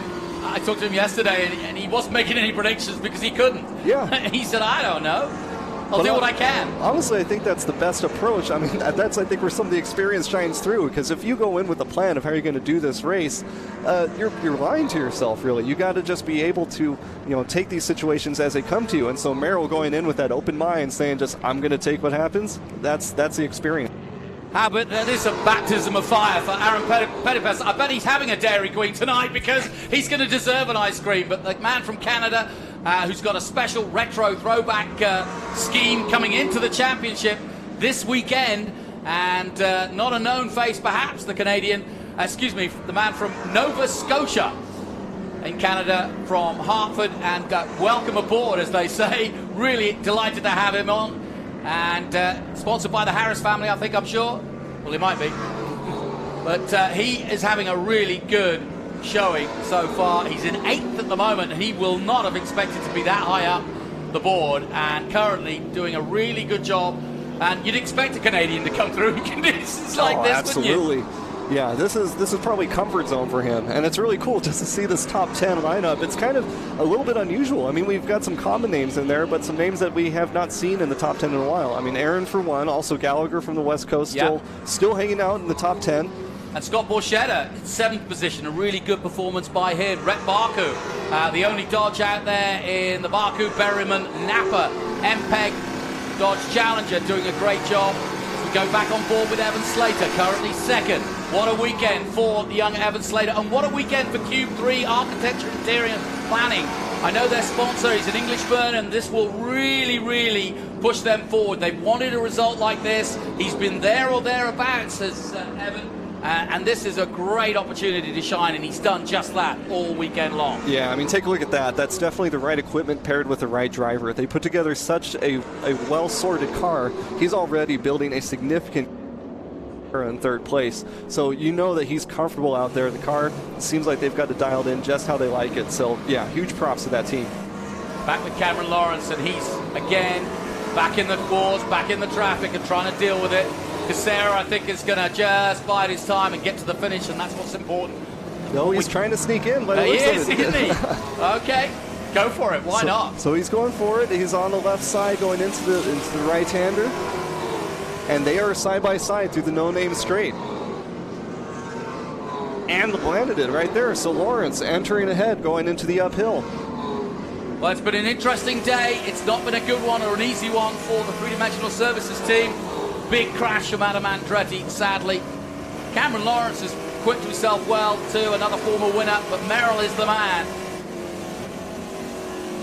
As we go back down towards turn 7, conditions, well, they've improved since the restart, but not a great deal on track. Yeah, it's mostly stabilized. It's just kind of just as bad as it was before. I think we do need to give a shout out to Tom Sheehan too, currently sitting in 9th place after starting 24th. He was pretty bummed about his practice and qualifying. They were diagnosing issues with the car, I think chasing setups and everything, but either they figured something out or he just loves driving in the rain, but he has gained more than 10 spots in this race. Well, this is very much a home race for him too. 119 starts for Tom, and if Peterson is celebrating 100, well, it's 120 now for Tom Sheehan and the Iron Man as Merrill now comes up. Excuse me, that's Prochuk coming up. So Keith Prochuk has been in the pits and back out again, so he's got back out now. But Evan Slater now tiptoeing, if you can do that, around Lime Rock, just trying to hold everything together. This is where he's going to start getting nervous. Just worrying that he doesn't put the throttle down too early, trying to hit his marks, not do anything stupid, and just run out the last 3 minutes on the clock. Yeah, you saw him relax his hand a little bit on the spoke of the steering wheel. You're probably getting tensed up at this point. The laps are winding down. You're probably giving that steering wheel the death grip because you're trying to, you're trying to control the car, but as things get more and more intense and difficult to control, you kind of forget, oh man, I'm putting a mold of my fingers into the steering wheel. So you got to stretch them out and make sure that you're still driving relaxed and taking what feedback those front tires give you. It's so easy to do, yeah. Yeah, so Q3 sponsoring the 16-year-old phenomena that is Evan Slater. They've been with him since his professional debut. Q3 Architects based in Lawrence, Massachusetts, so just down the road. And this is a big race for them. Lawrence can do nothing about it, but he will take a podium. And he'll try to hold off Casera, who has had a good run at it. Rhett Barker, congrats to him too, if he finishes this one. But what a day it has turned out to be for one Thomas Merrill. Absolutely stunning performance in the worst of conditions, but he's held on, raced so hard. Yeah, it was cool to see. We saw him in qualifying. He did a pretty short qualifying session. They only had 15 minutes, and I swear he only used 4 or 5 of them. He went out, he did his laps, came in, said, I'm good. He didn't need to be on the front row. He just wanted a comfortable spot where he could. He calculated his way up there by about the third way into the race. Talk about a bounce back for the Bridge Hall HB Tuners Coke Car Racing Ford Mustang of Thomas Merrill. He has done it with a bloom. Magic Merrill at Lime Rock. What a great race that's been for him. He comes into turn 1 and will take the white flag as 1 lap to go. Everybody else taking that white flag. But that has been a brilliant performance for Thomas Merrill. He now will just wind it down if he can and take his time. This could be a crucial lap. Mosak's in real trouble. That conditions got worse. Evan Slater coming across. He takes the white flag now. Yep, at this point, if you're not in a battle, just keep it clean, don't do any wrong, just keep the wheels on track, don't dip into the grass. And Lawrence is going to take third, no question about it. Casera will settle for fourth, Baku fifth, and Anderson, Elias Anderson from Texas in sixth place. What a result for him if he can pull it off. Lawrence isn't done though. Still got traffic ahead of him, still battling. But Thomas Merrill, surely now we'll see that checkered flag coming. What a day here at Lime Rock. It never, ever disappoints here on Memorial Weekend Classic. And it's done it again as taking the checkered flag. Magical Merrill does it. What a great, great victory for he and his team. While others got it wrong, they absolutely got it right. And Mike Cope and his team can be very happy with how they prepared that car. And likewise, Bridge Hall, his sponsor. What a day for them. And HP Tuners, his long-term sponsor, has been really, really, really given something that they wanted, which was a great result. Thomas Merrill taking victory then, ahead of Evan Slater in second place, and Cameron Lawrence taking third.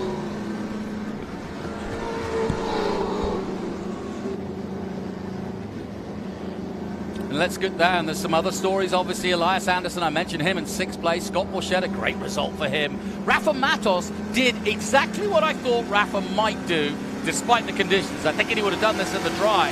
He went all the way and kept out of trouble and manages to go from, what, 5th to 8th. He comes across the line ahead of Tommy Sheehan in 8th position. And for a championship leader, that is a smart, smart move.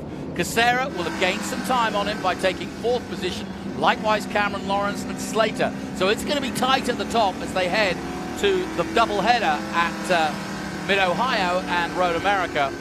But it means the championship going into the second half of this 2022 season is hotting up nicely. What a day, though, for Evan Slater. You've got to take your hat off to the Cube 3 Architecture Interiors Planning team and Evan Slater, the 16-year-old phenom. And he really did put a remarkable performance in there.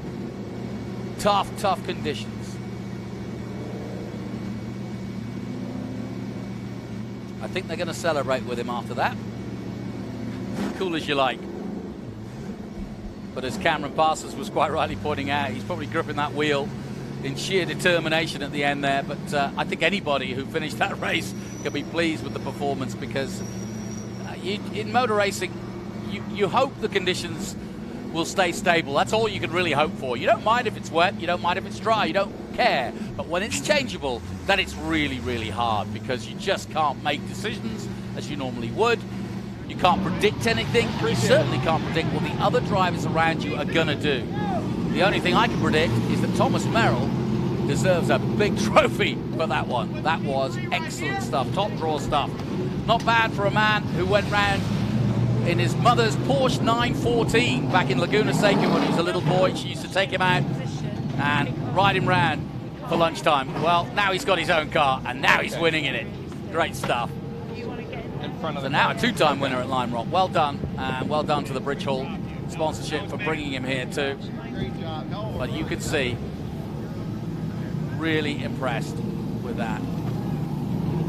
And I've set Cameron down to go and talk to him, and I'm sure it's going to be an interesting conversation. They know each other well, those two, because of course, being from the West Coast, Cameron Parsons, a former Rookie of the Year, knows Thomas very well indeed. The man from Salinas, California. Maybe it's the short haircut. Great stuff. Doesn't matter. Merrill was on it today. Restart after restart. He's looking at the tires, and well, he might. Let's head down, and Cameron Parsons, I think, is going to be right in there to talk to his old mate, Thomas Merrill. Let's see what they have to say after what was a phenomenal race for one Thomas Merrill. All right, Thomas Merrill, amazing fight. Started in third place. One question I got for you. Did you actually do that whole race on rain tires?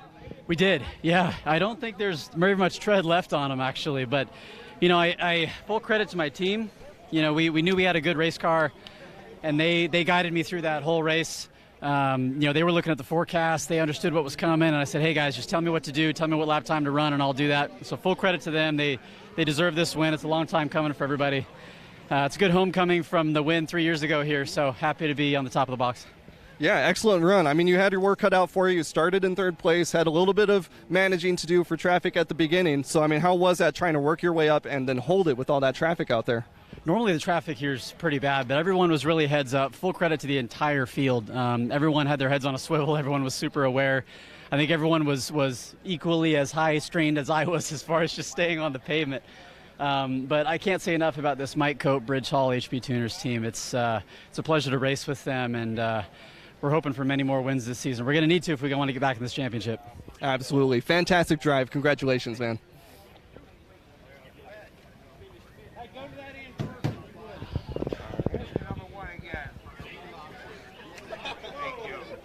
Thomas Merrill and all incredible. But a win then for Thomas Merrill, Bridge Hall, HP Tuners, Cope Race Cars. Okay, Mike Cope, very pleased with that. Evan Slater takes a brilliant second place for Q3 Architecture. Cameron Lawrence in third position for the Franklin Road Apparel team. And then Tyler Casera in the 77 takes fourth. Rhett Barku in fifth. Elias Anderson takes the best result of his season so far with 6. Scott Borchetta, another good result for the man from Nashville in 7th. Rafa Matos, our championship leader, consolidates his position with 8th.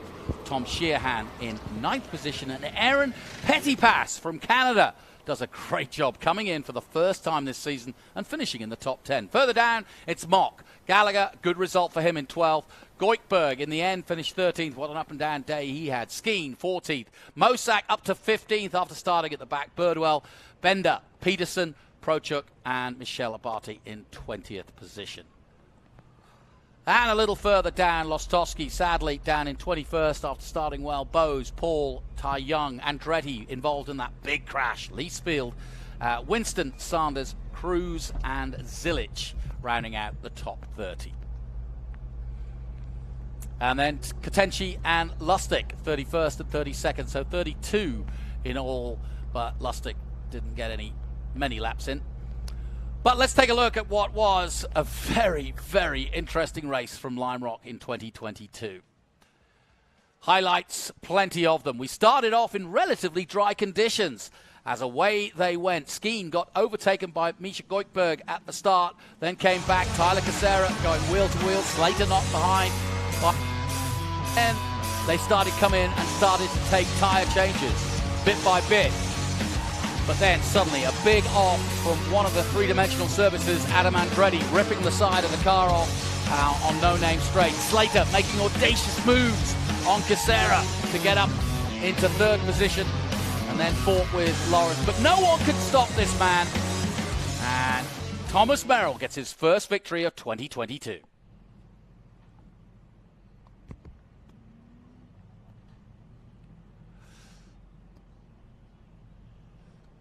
So, plenty of action throughout as the paddock reels on what was a fantastic race to watch. Our Chill Out Systems quantum cooler move of the race involves Evan Slater. Slater was just immaculate. His overtaking, especially this one on Tyler Casera, absolutely incredible. His ability to take the risks and pull it off, brilliantly done. And that's why he's our Chill Out Systems move of the day. So alongside me once again, Cameron Parsons. And Cameron, talking to your old mate Thomas, I think he was surprised to see you, but the perfect guy to talk to. Yeah, it's wild. I mean, I instructed at a racing school with him a while back. And, I mean, just even back then, this dude's been talented forever. Yeah. You could tell just in his instruction and how he handles a car and how he drives a rental car around a track.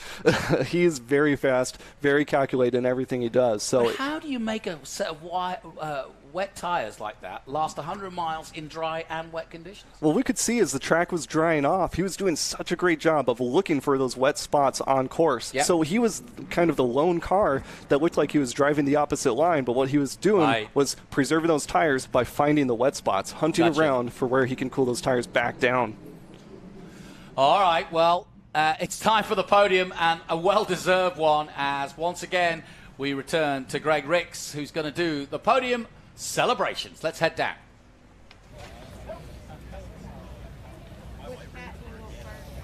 we'll do the Sunoco's. Okay, hello Lime Rock. Are you out there? What an amazing race we had. And I'm going to try to use some, what I call the smarter than Eric phone to make this work out. So we're going to bring up our masters first. Let me see John. John, we're doing masters first. Yes. So this gentleman is a pillar of our racing community.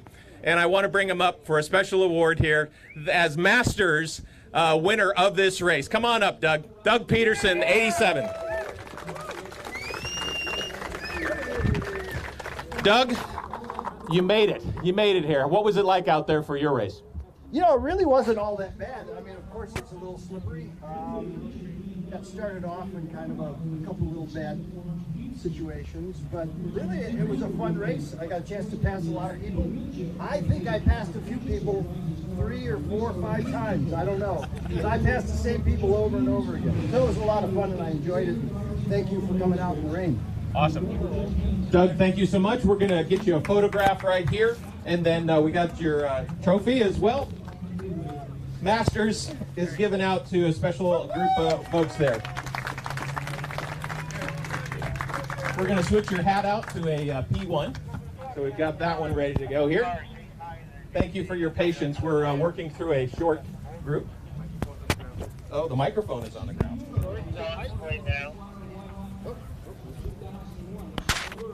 I'll hold it here as close as I can.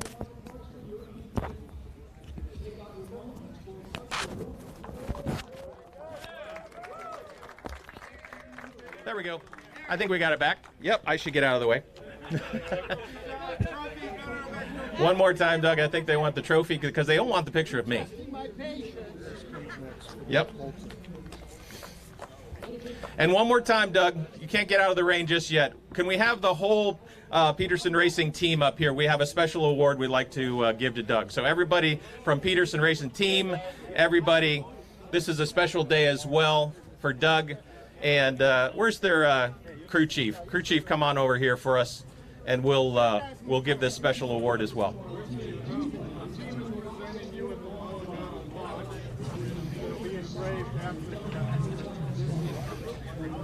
The award that's being presented is for Doug Peterson's 100th Trans Am race. Please, everybody, get close. That's quite an accomplishment. One of very few of our racers who've done that.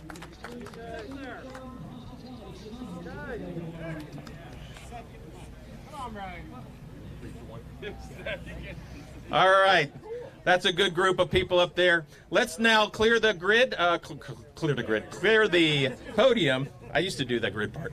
And let's bring up our third place TA2 driver, the number 6, Cameron Lawrence. Cameron, come up here.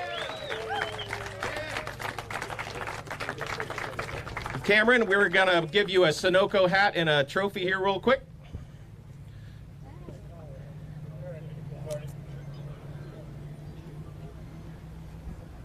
And I believe there was a race, or there was a pass, a few laps to go, at least less than 10. Can you tell us about that? Yeah, I mean, we actually lost a cylinder or two, I don't really know, like 10 laps into the race. So we were down on power the whole time, just praying for rain. And, you know, there were a few guys got by us. Evan drove a great race. Tyler was flying all race until the end, and I think the top 3 or 4 all wore out our tires when it was kind of dry. So I think that almost helped us, having a little bit less power at the beginning of the race, and saved a little bit more tire. But I mean, it was a battle. We were super lucky to get by them. It was really close, like door to door. I thought we were going to touch a couple times. But yeah, we just persevered and it paid off. Great race for you and the team. All right, let's go to our second place. The 35, Evan Slater. Evan, come on up. We'll come over here to this side of the podium and talk to you about your race a little bit. How'd it go out there? Yeah, it was great. I had a ton of fun. Super thankful. Oops, sorry. I forgot. Sunoco, one of our great sponsors. Super thankful for Cube 3 Architecture and Stevens Motor Racing for making it possible. Like Cameron, we were also down a few cylinders, so that made it a little spicy. But the weather was interesting, so that definitely played into our hand, and I really enjoyed it. Got some sponsors you'd like to thank out there? Yeah, Cube 3 Architecture, Stevens Motor Racing, and Racemaker Press. Excellent. Well done, Evan. All right, that's Evan Slater, P2. And we were watching this guy. out there slipping and sliding all day, but he was out front most of the day. The 26, Thomas Merrill. Come on up, Thomas.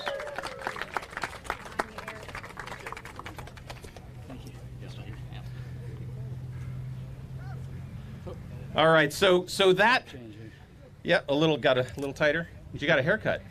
Yeah. Thanks for reminding me. So Thomas, where you started third, right? Yes. How did you get up to the front? Well, it looked like the other guys were a little bit more conservative on their rain tires than we were early on, so I found an opportunity to get ahead. And I knew we had a good race car, so if I can get in front and control the pace, I knew that I could probably save our tires as well, but I wanted to do that out front because the Mike Hope team gave me a great race car. I mean, this Bridge Hall Mustang has been flying all weekend. And in these varying conditions, I think we had a little something over everybody, so I wanted to get out front and make it look good. Awesome. Great race. Good seeing you out there. Let's get it out for Thomas Merrill. That's your winner. This is your podium for TA2, Lime Rock.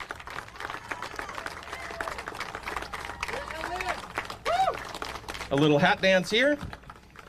Another one of our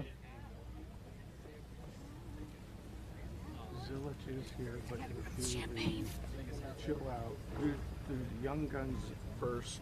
Chill out last. And what's this? Boy, Cam. Yes, sir.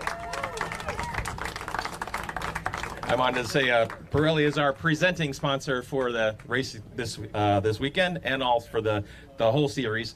We're going to do another we're going to transition to a little champagne here. So we've got this going for you. What I want to do is let's go back here just for a second. We're going to bring up one more award while we have it here. There's an extra award that we give out, and it's called the Chill Out Award. And Evan Slater, right here, gets that award as well, the Chill Out Award. Evan, you get basically an award from Chill Out for $250. Yeah, that's super happy for that. All right, so let's get that check up here real quick, and we'll get that photo done, and then we'll do the champagne. Thank you, Michelle. Evan, a little round of applause for Evan as well. He gets a special award there.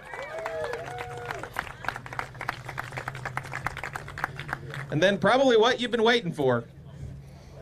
Here comes the champagne and the fun.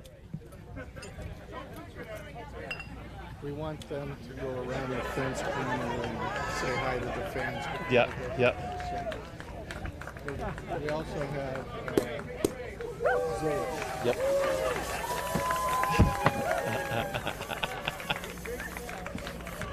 All right, guys, if you don't mind going around to the fence and say hi to the fans, we've got one more award here.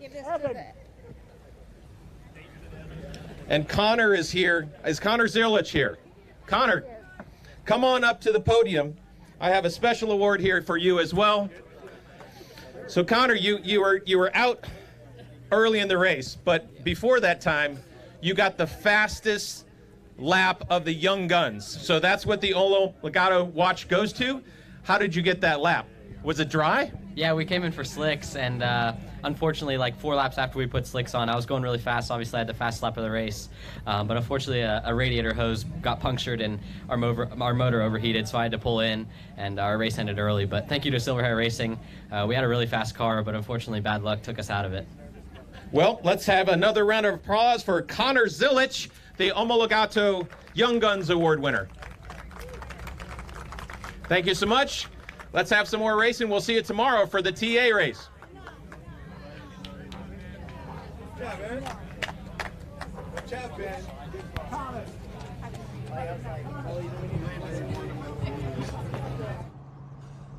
So that's the celebrations for the podium places on what has been a memorable Memorial Day Classic from Lime Rock. As it always is, we've been racing here in Trans Am 55 years. My thanks to Cameron Parsons for putting on a great show and helping us through what was a very complicated race. But that's what rain can do.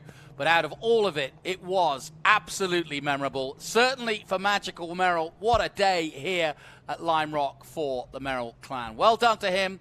And don't forget, we've got more great action coming on Memorial Weekend Monday, not tomorrow, Sunday, but Monday, when we will be bringing you all the action from TA, XGT, SGT, and GT. So another race of Trans Am, as well as our SpeedTour SVRA coverage as well. Once again, my thanks to Cameron for being with us this weekend. We'll have more action to come, like I said, on Monday. I'm Jonathan Green. I hope you've enjoyed our TA2 race. And congratulations to Thomas Merrill, his first win of the season.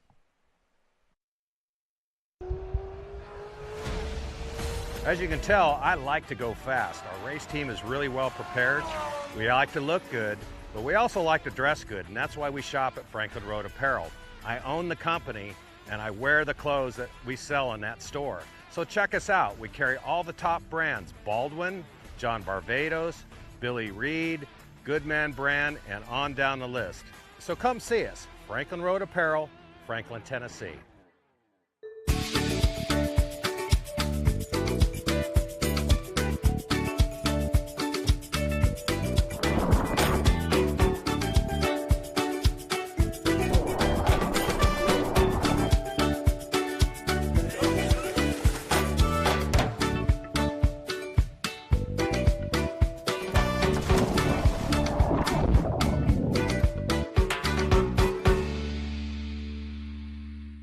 If your tooling isn't quite ready, and you need parts, and you need more parts than just a few, or if your run is just not that big, look to the experts in low-volume production, Three-Dimensional Services. Whether it's 10, 100, or 1,000 parts, we can meet your needs. And if it's 10,000, we can do that too. Three-Dimensional Services delivers high-quality parts for short runs, 70% faster than industry standards. Three-Dimensional Services. Prototype, production, proven. Menards is the Midwest's ultimate home improvement store. Family owned since 1958, Menards is the one-stop shop where you always save big money. Get the Midwest's best selection nationwide when you shop online at menards.com. We make it easy to complete your projects around the house, big or small. From hardware to plumbing or paint to appliances, we carry it all. Visit menards.com today to save big money at Menards.